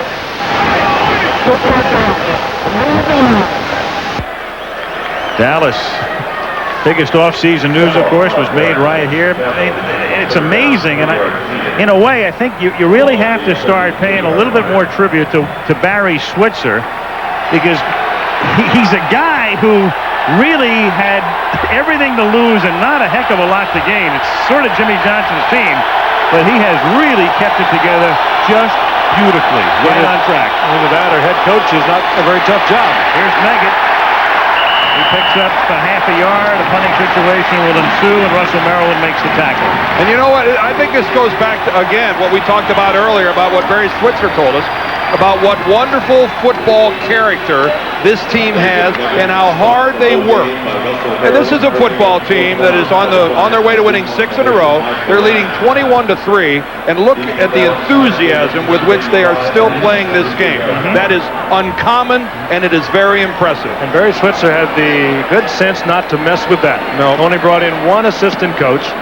He replaced Norv Turner, and that was one of the best in the business, Ernie Zampese. That's Horan. He's the only Giant having a very good night. Fair caught by Williams at the 21, a 46-yard pursuit. Beautiful Big D. On a Monday night in November, the Cowboys up by 18. Classy lady there. Funny woman. Yep. At the 21-yard line, Cowboys, Emmitt Smith. Emmitt Smith seeking a 4th consecutive rushing title. It's going to be tough. He'll need probably the same kind of break he got last year when Barry Sanders was hurt and missed the last 4 or 5 games, and Emmitt was able to come on and win it again. You know, one thing about the Cowboys, and there they are with Emmitt 104 yards, they blow out so many opponents that Emmitt doesn't get to pick up some of that yardage in the 4th quarter that other running backs would. But he is very much aware of the yardage totals of the other good running backs in this league. He charts them week to week, and it's not something he takes for granted. He wants to win number 4. Moose Johnston burst down up to the 35-yard line, tackled by Bailey and Miller. What a weapon Johnston is. He just comes out on this little pass pattern. When there's no blitz, he has no one to pick up. He just goes across the line of scrimmage and kind of maneuvers back and forth until Aikman finds him. Aikman takes a look downfield, nobody there. He knows Johnston's going to be open. And he just rumbles for the first down, covering up the football. Well, he becomes all the more important given the fact that Alvin Harper still hurt, out of the lineup. Jay Novacek not playing from the line of scrimmage today. From the 35-yard line, Aikman throws, catch made. Scott Galbraith, who's now caught 2 more than a dead man. 4-yard pickup up to the 39-yard line. And 4 for the season. You better explain that quote. We used it the first time. That's Barry Switzer's line. Galbraith filling in for Jay Novacek, the ex-Cardinal right there. Let go a Plan B free agent signed by the Dallas Cowboys back in '90. What a good move that was. Yeah, the Cardinals chose not to protect Jay, figuring he didn't have, I guess, a lot of football left in him. Like you missed it earlier, Barry said yesterday Galbraith would catch 1 more than a dead man. He's made 2 receptions tonight, 2nd and 6. And Emmitt Smith is off to the races. And John Booty will run him out of bounds at the 33-yard line. It's inevitable, isn't it? Just like Barry Sanders, just like Thurman Thomas, just like any of the other really good running backs in this league. You throw him up into that line enough times, Frank, and he'll break one. A little quick read right here. Pops out, gets away from an attempted tackle by Jarvis Williams. Juked him pretty good. Williams didn't even go for the tackle. 28-yard gain for Emmitt Smith, who's rushed for more than 100 yards in each of his last 4 games against the Giants. And no gain here. Jarvis Williams was limped off of the field. I don't know whether that was bothering him before on the play before when he missed the tackle or missed the attempt of a tackle. And they're looking at him on the sidelines. Now Dallas Cowboy is slow getting up. That's Nate Newton. Ooh. And they're already minus Kennard, and you know about Eric Williams, and they're going to go into that San Francisco game a little banged up on an offensive line. Nate's got a bad ankle. He came into the game nicked. He didn't practice except 1 or 2 days this week, and the big man's still hurt. First down tally and the score are the same. Formidable force on the offensive line. He runs. Great straight-ahead drive blocker. Excellent pass protector. 2nd and 10 at the 33. Troy fakes, throws. Ooh, Williams makes a great catch and withstands that hard hit by Campbell. First down at the 11-yard line. 22-yard pickup. Splitting the zone. And Kevin Williams filling in for the injured Alvin Harper. Read it pretty good, too. Got in between, slowed up. Aikman with a little pump fake, and slow getting over was Jesse Campbell. He puts a big hit on Williams, but Williams holds on. Nate Newton is back in the game. 1st and 10 at the 11. I think Nate's got one of those ankles, Dan, that will come and go for a long time. Yeah. It won't be better till the offseason. Emmitt Smith to the 7.5.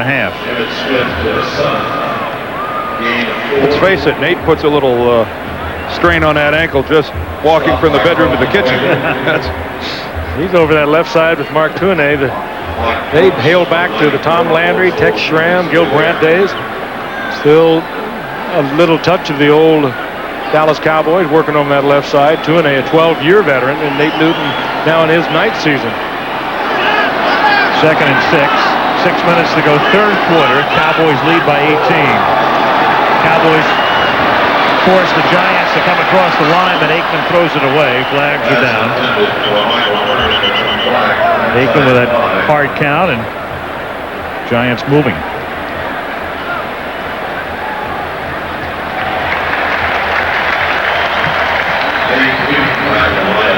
Johnny Greer indicating it's against the Giants and half the distance to the goal line. I don't know how you govern that, but I'll tell you, all the good quarterbacks have it. I think John Elway maybe is the best at it. Aikman is right there with him. Offside, 91, defense, still 2nd down. Coleman Rudolph lined up across from Mark Tuinei, and Dan Reeves has been watching this for 6 weeks now. Dan Reeves on the other side. Self-destruction. Reeves, who played with the Cowboys, an assistant coach. They continue to work on Jarvis Williams. He was their leading rusher one year down here, wasn't he? Back in the 60s? He was. Spent a long time on Landry's staff, and Reeves is still just 50 years old and his 14th year as a head coach. Here's Emmitt looking for the hat trick. But Corey Miller hog-ties him at the 3-yard line. Ooh, I didn't think Miller was going to be able to make that play. Pretty doggone good move by Corey Miller. Getting outside. I thought Emmitt Smith was going to get around that corner. Good burst by Miller. Watch this. Miller's got some quickness. They used him a lot in the blitz. And Taylor was hurt a couple of years ago. Good move to the outside. He fought off the block of Galbraith and kept contained and chased down Emmitt. A quality play there by Miller. 3rd and a short 2 just inside the 3. They can't get a first down without a touchdown. Smith the tailback. That's Tommy Agee in motion. Here's the fake. Aikman on a roll. Troy looking for the end zone. He's in there.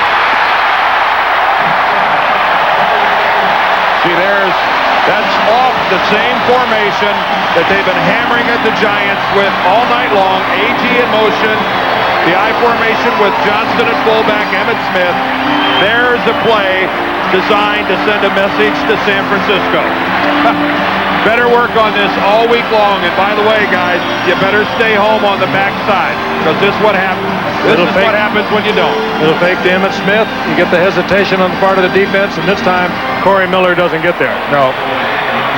Beautiful work by the Cowboys. Ernie Zampese in setting up that entire scenario. Bonio attacks on the extra point. 2 teams going in opposite directions. Cowboys going west to Candlestick.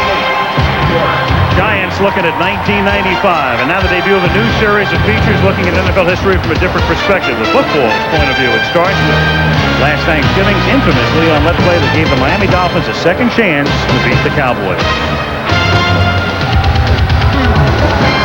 In the 3rd quarter, here's Bonio. Sends it down to the 3-yard line. This is Thomas Lewis. Up to the 27. It's been a scintillating night in almost every respect for the Cowboys, but not one. Let's get an update from Lynn Swan. Swanee? Al, after a further examination by the doctor and an x-ray on Alvin Harper's left knee, they believe that it's a possible ACL, anterior cruciate ligament tear. They will take an MRI tomorrow to see if they can confirm that. But when I talked to Alvin in the locker room, he said he came down on it and twisted like an ankle would twist and sprain, but it was his knee. He feels like he might be able to come back because he was up and walking around on it, but I don't think he may be back that soon. Al? Well, there's the play. It's a hit by Tito Wooten, number 29. Look at the left leg of Alvin Harper.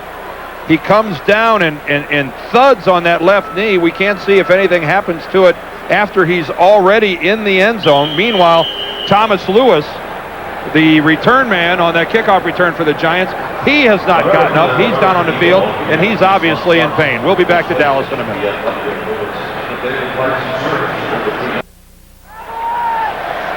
Giants' #1 draft pick, Thomas Lewis, being attended to. That's Dr. Russell Warren there, and Ronnie Barnes, the trainer, helping Lewis off the field. Maybe you can get a look at the Cowboy just falling on his left leg, and he was in obvious pain and agony, and then he did get himself pulled together, and they've assisted him to the sideline. We'll get a report on him.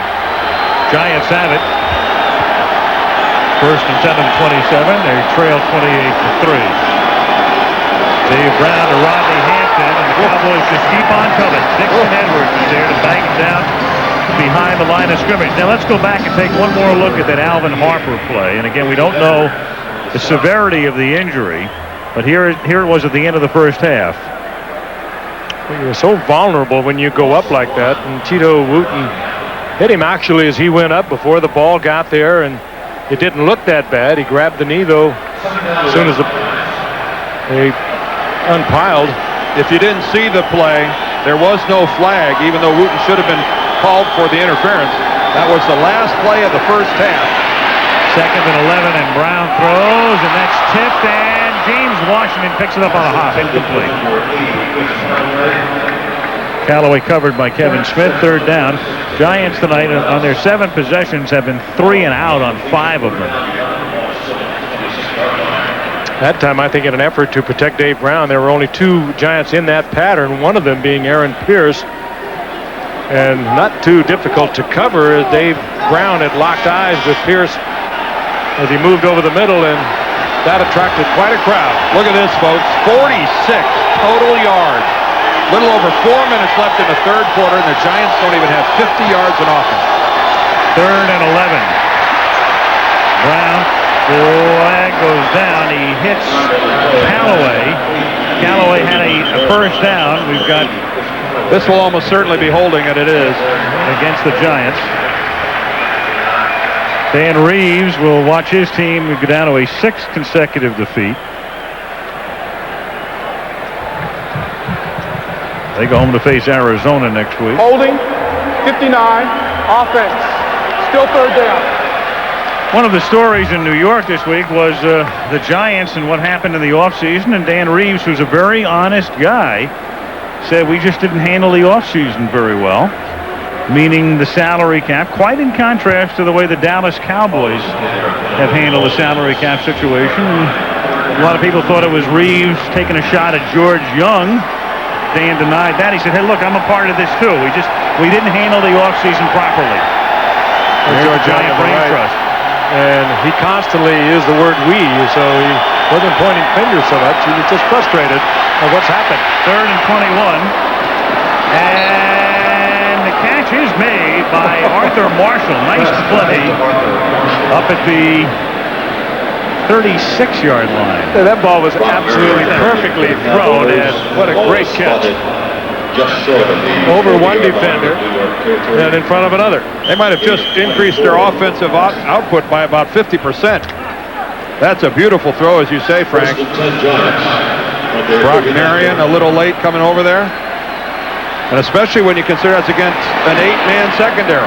That's knocked down, getting an arm over is Darren Woodson to bust up the play. 2nd down. Well, the Giants in that salary cap, checking out the figures, do you know that they have spent 35% of their allotted money on their offensive line alone, and 13 players get 58% of the cap. Keep in mind, this is a team that lost 3 of their starting secondary players. Mark Collins, Myron Guyton, and Greg Jackson. And a 4th one to retirement, Larry Williams. 3 guys out of the offensive line. Lewis Tillman, their quality backup running back, plus a couple guys named Taylor and Sim. Brown loses the football. That's a fumble. A live football. That's a fumble. Jackson Edwards is on the loose. And after the play was stopped momentarily and everybody just stood around, he takes it to the 24-yard line. The strip was created by Chad Hennings, and Reeves, with that perplexed look, can't figure out what's happened. Brown was complaining that his arm was in motion. He's not going to get the call, though. He's going to be ruled a fumble and a recovery. Well, this is a downtrodden Giants offensive team. Let's take a look at it. Brown is on the move. There's the arm going back, and there's the ball knocked out. That is a fumble all the way. An excellent call by the officials. Well, a non-call. Chad Hennings, he's been around the quarterback all night tonight. Boy, and that's, when it goes bad, it goes really bad. First down to the 25. And Emmitt Smith picks up at 6. Big night for Emmitt Smith to the 19-yard line. Under 3 minutes to go in the 3rd, and the woes continued for the New York Giants as Thomas Lewis goes back. Boy, big night for Chad Hennings. Former Air Force player, and boy, he is a guy who's really blossomed. A couple of years ago, Cowboys weren't sure if he was really going to be the guy. Saw Kent Graham warming up there, but Chad Hennings has really come on strong. Emmitt to the 17. What a pick he was, too. 11th round, 88. He had to serve his time in the military before he came back. He came back kind of undersized, even at 6'6" and about 250. He's up to almost 290 now. And the Cowboys needed him to come on strong. They lost Tony Casillas. They lost Jimmy Jones, 2 quality defensive linemen, which was really the strength of this football team, how deep they were on the defensive line. Hennings was kind of a question mark. Well, no longer. They are able to do what they did a year ago, and that is rotate, always keeping fresh defensive linemen in there. And Craig Janoff, our director, gives us a look at their #1 draft choice there, Shante Carver. 3rd, a yard and a half, and Emmitt Smith, I believe, picks it up. We widen out to see the stick, 15-yard line. Jesse Armstead makes the tackle. Kent Graham will come in. He and Dave Brown, when the preseason schedule began, were neck and neck. trying to become number one, and then after a couple of weeks, Reeves made the decision it's Brown, but now Graham loosening up. 4th down, crowd wants the Cowpokes to go for it, and of course Barry Switzer will oblige. 1:15 to go in the third quarter. Every 4th down they've gone on, they've made this season. This must have been what the Coliseum sounded like. Emmett Smith takes it to the 9-yard line. Oh no, the Lions were here in September. I'm not talking about the Los Angeles Cowboys.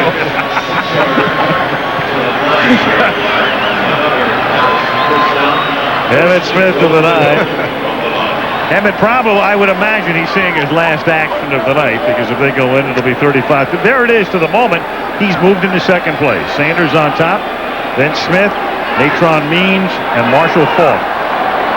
And Falk has one more game, does he not? Yep, he does. They get their bye this week. The Moose into the end zone. Moose has carried the ball about 170 times, counting tonight. His longest run, 14 yards, and he didn't break that mark tonight. That was from 10 yards out. I think Emmett Smith would be the first guy to say he deserves that, the way he's been lead blocking for me tonight. This has been Tough night to be in the blue, the big blue. total and utter domination by the Cowboys tonight. Look at that blocking. That's just textbook, just perfect. Tune, number 71, coming all the way from left tackle.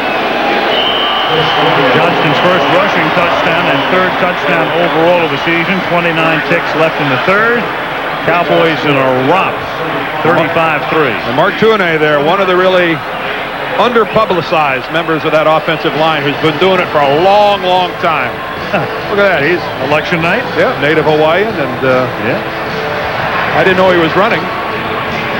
Wasn't everybody either. Don't forget college football coming up this Saturday on ABC. And doubleheader here. Notre Dame against Florida State in the first game at noon Eastern, 9 a.m. Pacific. Regional action, Penn State number 2 against Illinois, Arizona and the Trojans, Alabama, Mississippi State, Baylor, Rice. You'll see one of those games if you'd rather see another, or you're a cable operator for the pay-per-view option. Frank, you'll be buying that Arizona-USC game. Oh, yeah. I will, as a matter of fact. We'll be buying that one Monday night, Buffalo and Pittsburgh. Tomorrow's election. Dan, you were running for, in the preseason, we were in Buffalo.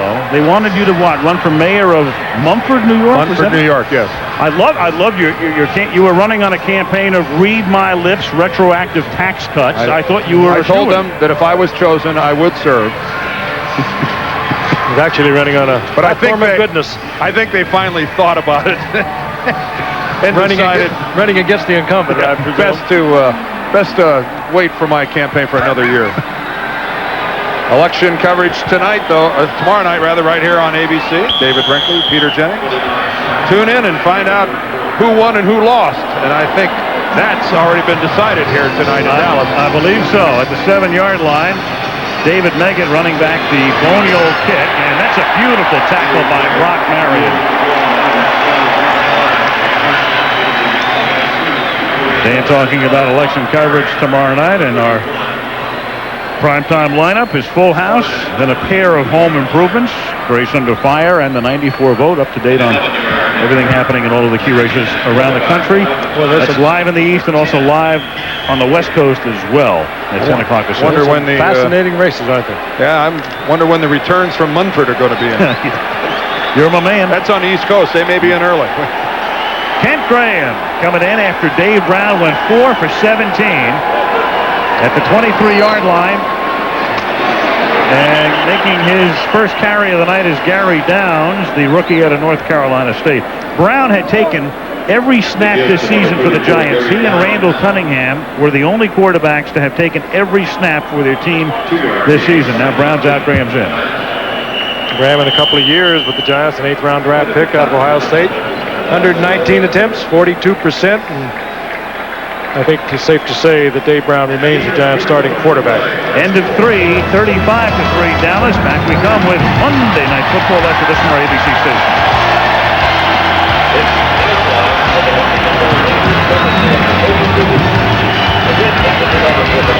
Lynn Swan reporting as the Dallas Cowboys are thrashing the New York Giants. 35-3, the fourth quarter commences. And Kent Graham in there for the Gents at the 25-yard line, second down and 8. Dallas after a 21-point third quarter, and off his back foot he has it picked off, and James Washington, the Super Bowl star, picks it off for the Cowboys at the 37-yard line. Charles Haley.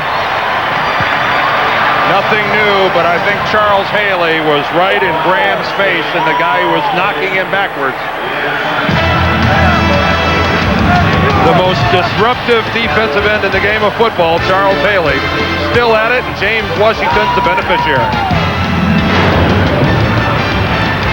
Job against Haley tonight, but that's just really uncommon power for a man his size, and it's the offensive tackle's nightmare. You block a guy pretty solidly all night long, and then one sack, and all of a sudden you're the GOAT. Rodney Peete is the new quarterback, but Emmitt Smith is the same tailback.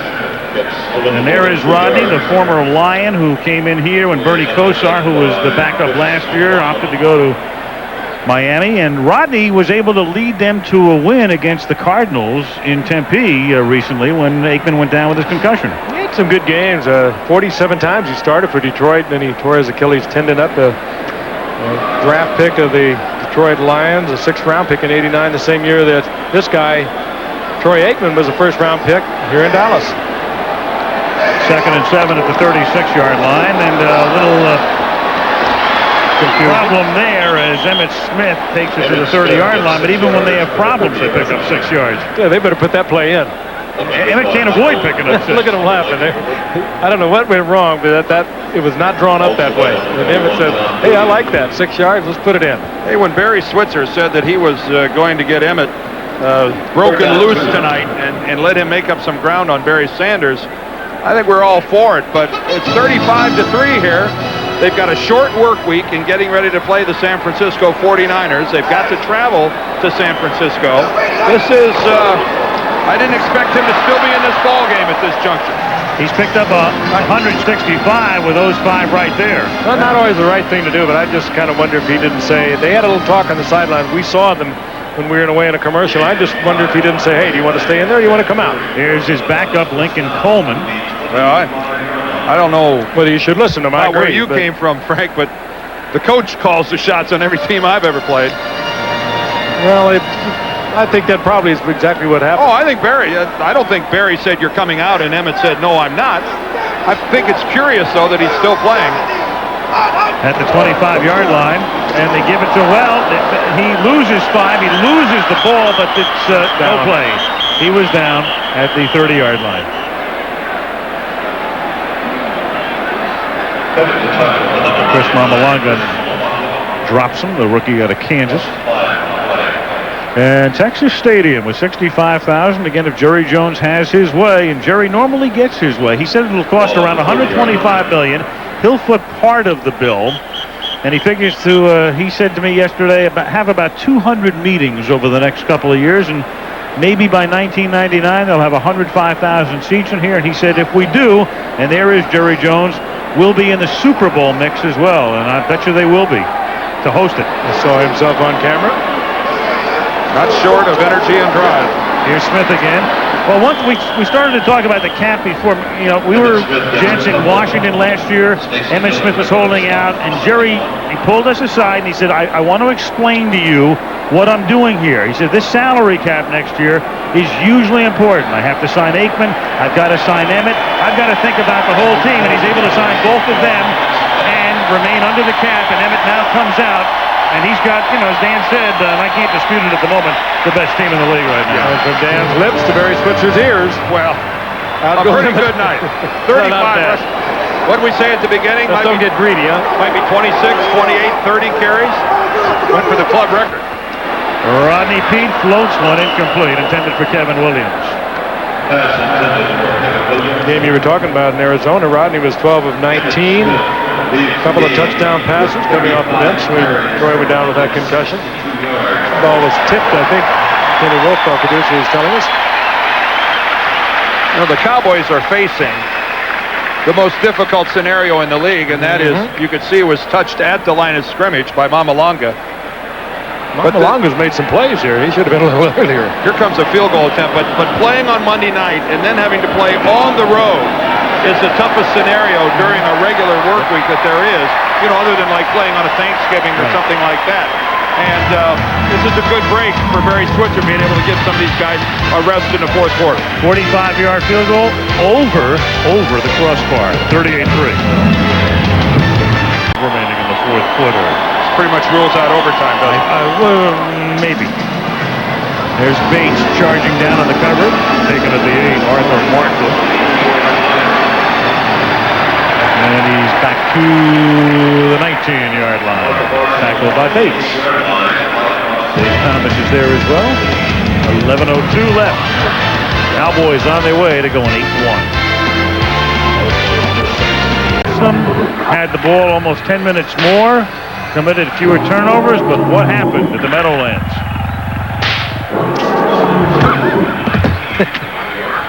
First game this season in which one team led in those 4 categories and went down. Boy, it makes me yearn for Saturday morning. In a minute, we're going to take a look at those 4 categories tonight. What a difference a week makes. This is Gary Downs. He loses the football. And how many Cowboys surround it? Darren Smith comes up with it. One of the few openings the Giants had for a running back tonight. Gary Downs, the rookie out of North Carolina State, popped the hole and just lost control of the football.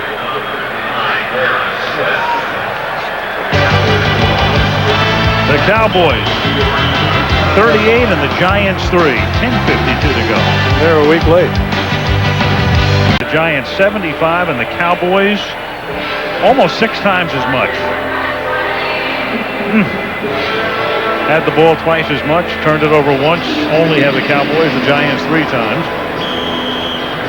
And the Cowboys will go 8-1. The Giants will lose their 6th straight and go 3-6. Last play, fumbled by Downs. Robert Jones, the middle linebacker, stripped that ball, and everybody's taking a shot at it until Clayton Holmes comes up with it. Lincoln Coleman busts through the middle, takes it down to the 24-yard line. Tackled by Campbell and Beeman.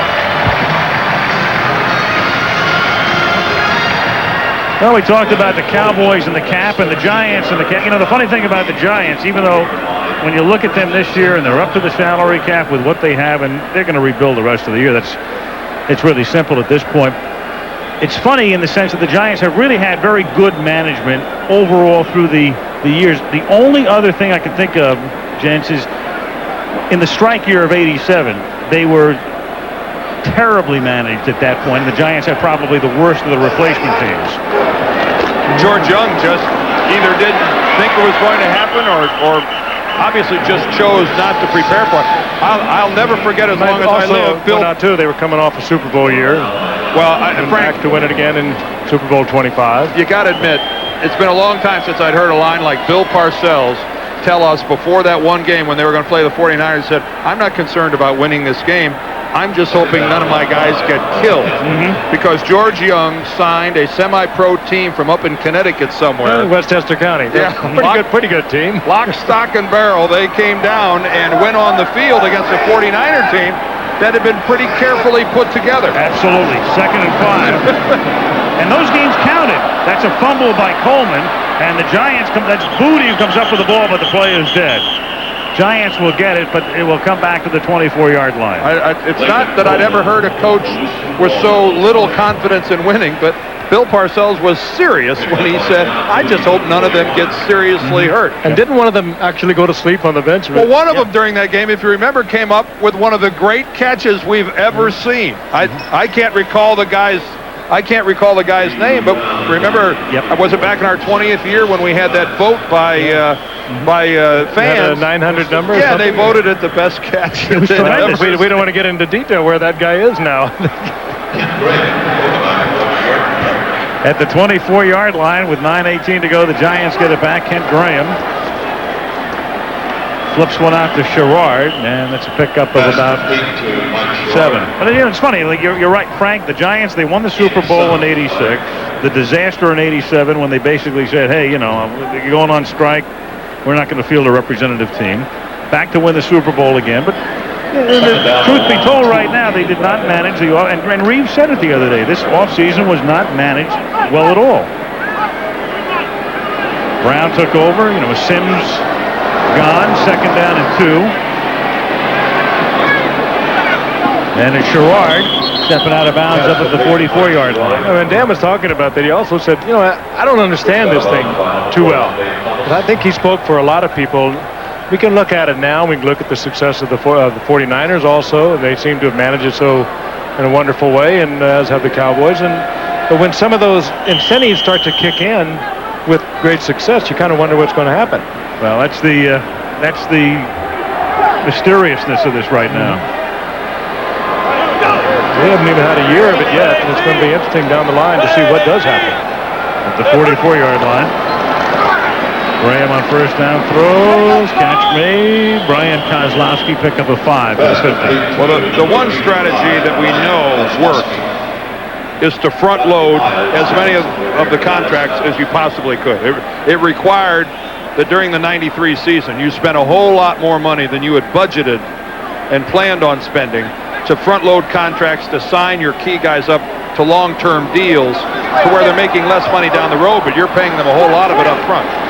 2nd down and 5. Graham throws, and the pass is thrown a little too hard for Sherrard. Pass intended for Mike Sherrard. It's funny. I mean, some of the key guys now in the front offices are the accountants. It's almost like a scene out of Revenge of the Nerds in a way. It's crazy. It's the guys with the green eye shades sitting there making a lot of the decisions. Oh, you'll get some letters from the accountants now, Al. Yeah, the Giants brought in Ernie. Of course, are you insinuating that all accountants are not nerds, all? Al? No, not at all. The Giants brought in Ernie. Of course, he specifically to work in that area with George Young. Not those Morton guys, man. 3rd down and 5 at the 49.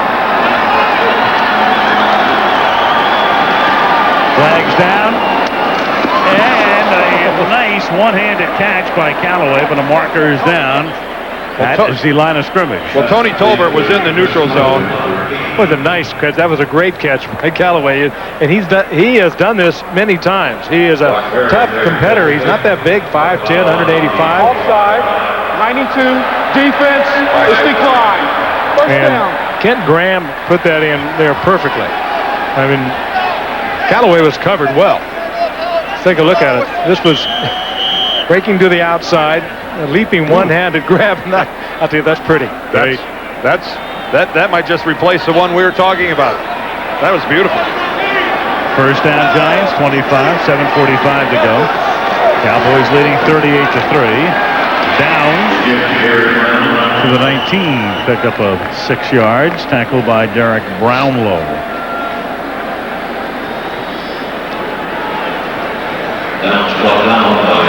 Emmett, not a bad night. Yeah. Ball inside the 20. Pretty good book now. Bestseller down here in Dallas. What, the Emmett Zone? Is that the name of it? Is doing very well. 2nd down, 4. That was good timing. 2nd and 4 at the 19.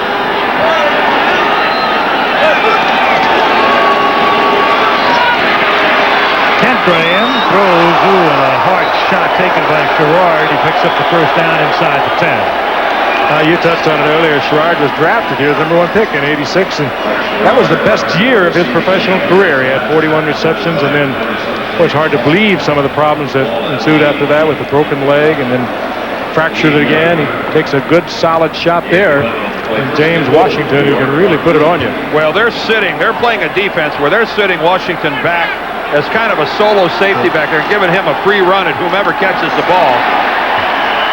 He'll whack you with it without a tripod, won't he? Yeah, that was an interesting exchange we had there at the end of the 1st half. A little melee underneath the goalpost. I think Washington's going to maintain that he was only trying to get a close-up. Yeah, he's, one of those moments of our lives. Yeah, all right, this is your life.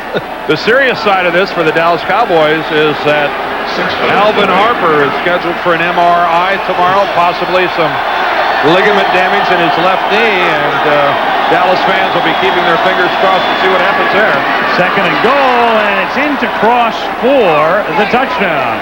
Howard Cross. Pretty good drive Kent Graham put together, starting all the way back at his own 25-yard line.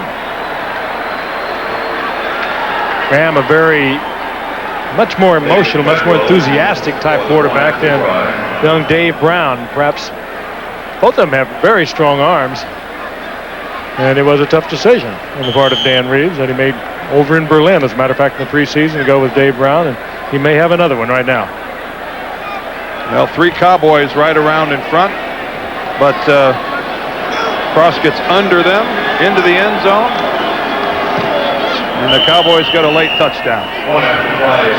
Treadwell for the point after with 5:46 remaining in the fourth quarter. That makes it 38-10.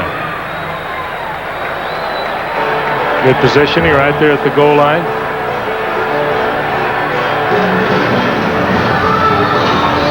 Good drive by the Giants. Kent Graham getting his first action of the year tonight. Obviously, his first touchdown pass. Good guy. They've had a great battle for this #1 spot, and they both handle everything, in a great way. It was a terrible disappointment when Graham was told he was not going to be the starter. And he has said many times, he said, I want to play. He said, I don't want to get a chance to play because anything happens to Dave. They're good friends. He said, but I want to play. I think I can play, and I think I can be a starter in this league. Last 3 games at Texas Stadium, routs. And this will make 12 straight wins now for the Cowboys against the NFC East. Yeah, this guy's football team has routed a few people over the last few years. They were almost tripping on a wire. A dozen consecutive wins there versus their opponents in the NFC East. You can see that that's the longest one in NFC East history. This is, and given the state of the NFC East right now, you'd have to think that as it currently stands, only the Philadelphia Eagles appear to be a team that's capable of upsetting the Cowboys. I'm not sure that the Giants, Arizona, and the Redskins are. It would take a Herculean effort, to say the least. It'll be a big day in Philadelphia, a big one in December the 4th when the Cowboys have to play up there. Giants line up for an onside kick. Oh, what gave you that idea? Well, you get the feeling it's going to go to the left, too. It's like the start of the 100 in the Olympics. Yeah. They're offside. The Giants were offside. So even if they recover it, it won't count. I don't think it won't count. No, the Giants were way offside. Joe Avisano, the special teams coach for the Cowboys, looking on. Joe DeCamilis, the Giants special teams coach.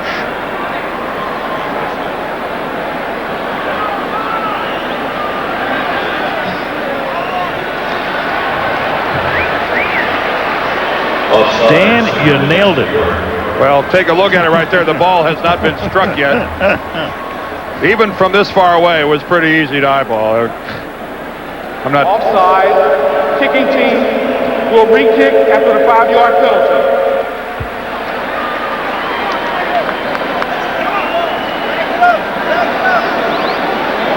Well, the Giants doing a lot of mumbling to themselves.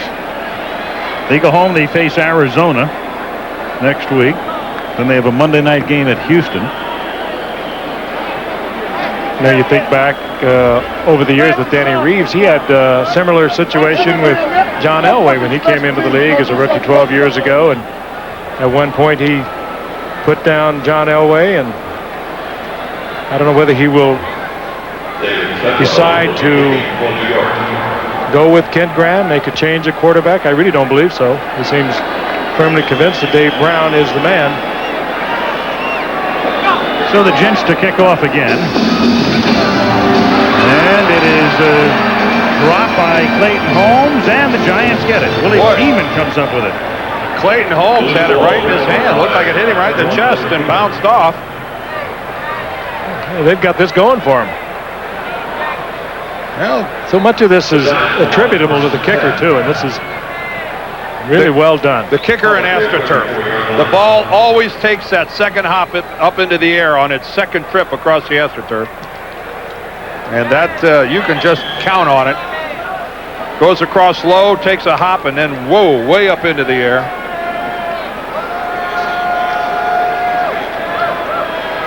I think Willie Beeman gives Marion a little leather bopper right in the back.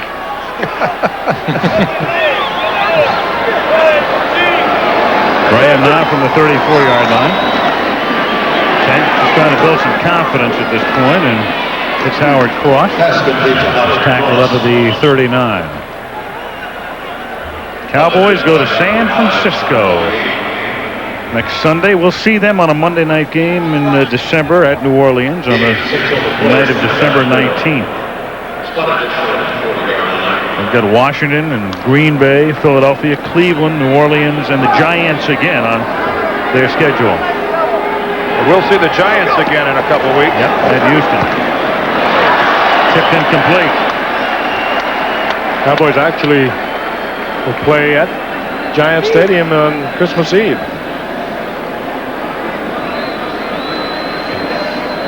Texas Stadium in Irving.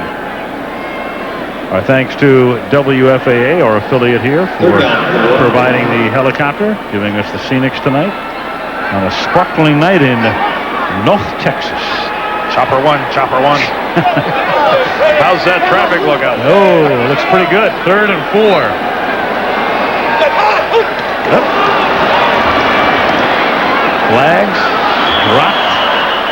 Callaway couldn't handle it. Johnny Greer will let us know. You know, I think back to... let's get a little excitement going here tonight. Let's see if we can fly that helicopter down through the hole in the roof. Yeah. How good are you guys in that thing? 90 defense.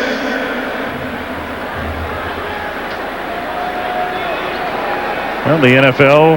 That will be a first down.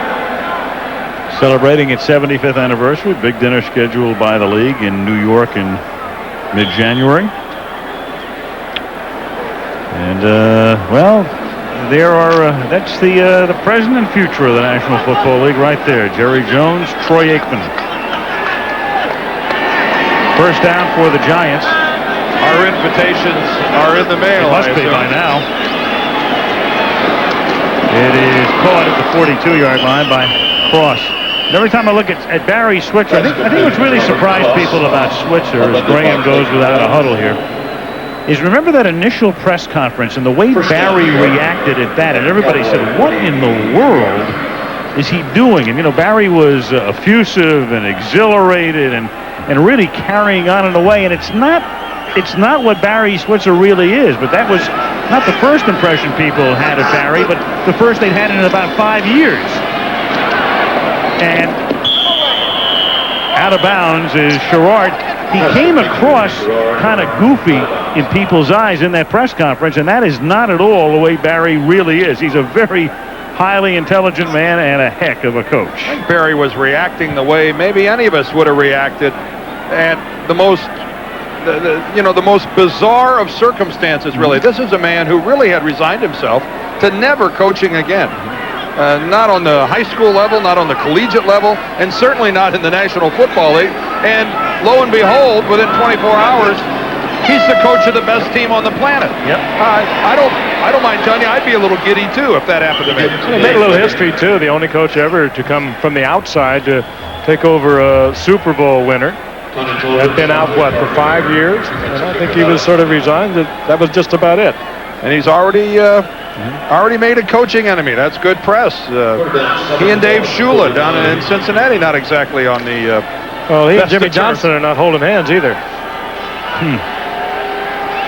3rd and 7 at the 39. Barry with that Iowa State comment referring to their preparation for the Bengals did not make a fan of David Shula, who had some cross words for Barry as they met at midfield after the Cowboys' very narrow victory over the Cowboys last week. And David Shula told Barry where to put Iowa State. And could his press conference after the game had anything to do with that when he pointed out how good the Cincinnati Bengals were and how could they possibly have lost this many games? They've got all these top draft picks. Barry Switzer's been around a little bit. He can bite you on the heel. Not easily intimidated. Yes. Yeah. 4th down and 6. Make it 7 at the 39-yard line with 3:37 to go. And the Cowboys showing blitz. And they do blitz. Oh, they did take time. Marion with the sack. Well, what did we say early, Frank? On blitzing, timing is everything. Graham thought the Cowboys were offside. Well, you also get into a habit when you're thinking about a lot of things, as the quarterback Kent Graham is, of going on the same count over and over and over.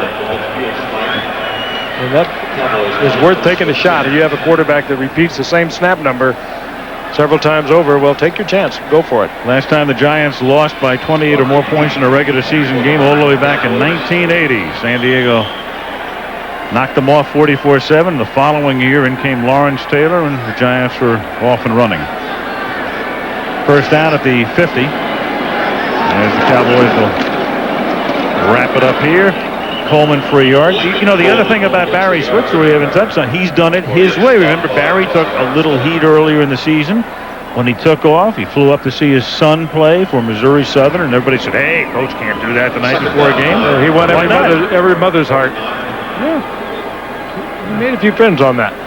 Well, it'll be interesting to see what happens next week. I think everybody in the NFL is in tune with what's at stake when the Cowboys play the 49ers. And how the Cowboys play in that game will have a lot to do with what people are saying about Barry Switzer down here in Dallas after that game. Coleman picks up about 3. Well, the Cowboys are very close to being unbeaten right now. Their only loss, the overtime game, the Monday night game. Barry Sanders had the fabulous night, and that's it. The one thing the Cowboys have done, though, and they've done it the last 2 years that they were league champions, is they have stayed relatively healthy. Here they are, 2 weeks ago, they lost the best right tackle in the game of football when they lost Eric Williams, who was injured in a one-car accident. And now tonight, up in limbo, in the air, is the status of Alvin Harper, their really extraordinary wide receiver. Those are chinks in what is a formidable piece of armor, but big chinks. Sizable holes, and they can't afford many more of those. As good as they are, those are wounds that are bleeding and wounds that hurt. As good as they are, and they've rarely been better than tonight. Totally dominant. 2-minute warning. 38-10.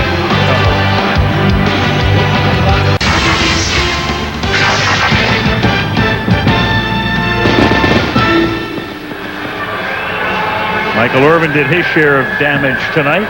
A lot more pressure on him, though, if Alvin Harper is out of this lineup for a while. You know, they strained at both sides of the field. Jay Novacek took care of the middle. Without Novacek, and if Novacek is back for San Francisco next week and he's a little bit ailing, if Harper's gone altogether, Michael Irvin is going to see all sorts of double coverage.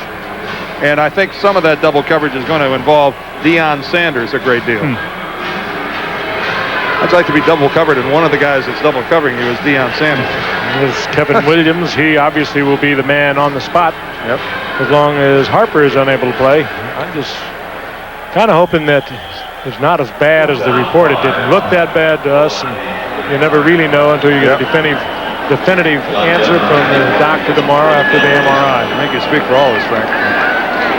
John Jett will propel this punt from the Giant 45-yard line. And he has propelled it well. Yes, he has. And he floats one down into the arms of Dave Meggett at the 13-yard line. Well, next week, this is a very interesting game coming up. AFC matchup. Buffalo all of a sudden 2 games back. Bills thought they had one yesterday at East Rutherford and wound up losing to the Jets. Big game for them against the Steelers, chasing the surprising Browns in the AFC Central. Three Rivers is the site. Bills Steelers next Monday. Same old cast of characters. Yeah. And if the season had ended right now, Buffalo would not make the playoffs. So pretty indicative of the amount of pressure and strain on the Bills. Here are the Giants now, and Gary Downs takes it up to the 17-yard line. To the relief of the offensive lineman, they go with a draw play. Actor Gary Busey there on the left of your screen, a huge Dallas Cowboy friend, a fan rather, and a friend of Troy Aikman. He says, here I am. Gary raising his arms to should have come in the first quarter. About 3/4 of the people have gone home. Tens of thousands of people. You know, he really did play a good Buddy Holly. And the Buddy Holly story, I don't know if you saw it, but it was good. Way to chime in, guys. Let me dangle out here. I'm listening to this. I like this review. This is good. From the 18-yard line. It was scintillating. Amazed me how you see all these things. Powerful. I mean, you used to amaze me. I know Al really does amaze me. The way you bring something up that he has seen it. Say what? There is nothing. Oh, I know. It comes up in any of our production meetings you have not seen. I don't know what you're doing. What's obvious, he didn't see the Buddy Holly story. So I have not seen it. You've got me. He wore those white socks so well. 3rd down and 4 at the 20-yard line on what will be, we surmise, the final play of the game. Well, not necessarily. Howard Cross up to the 27-yard line. And, ladies and gentlemen, the executive producer of Monday Night Football is Jack O'Hara.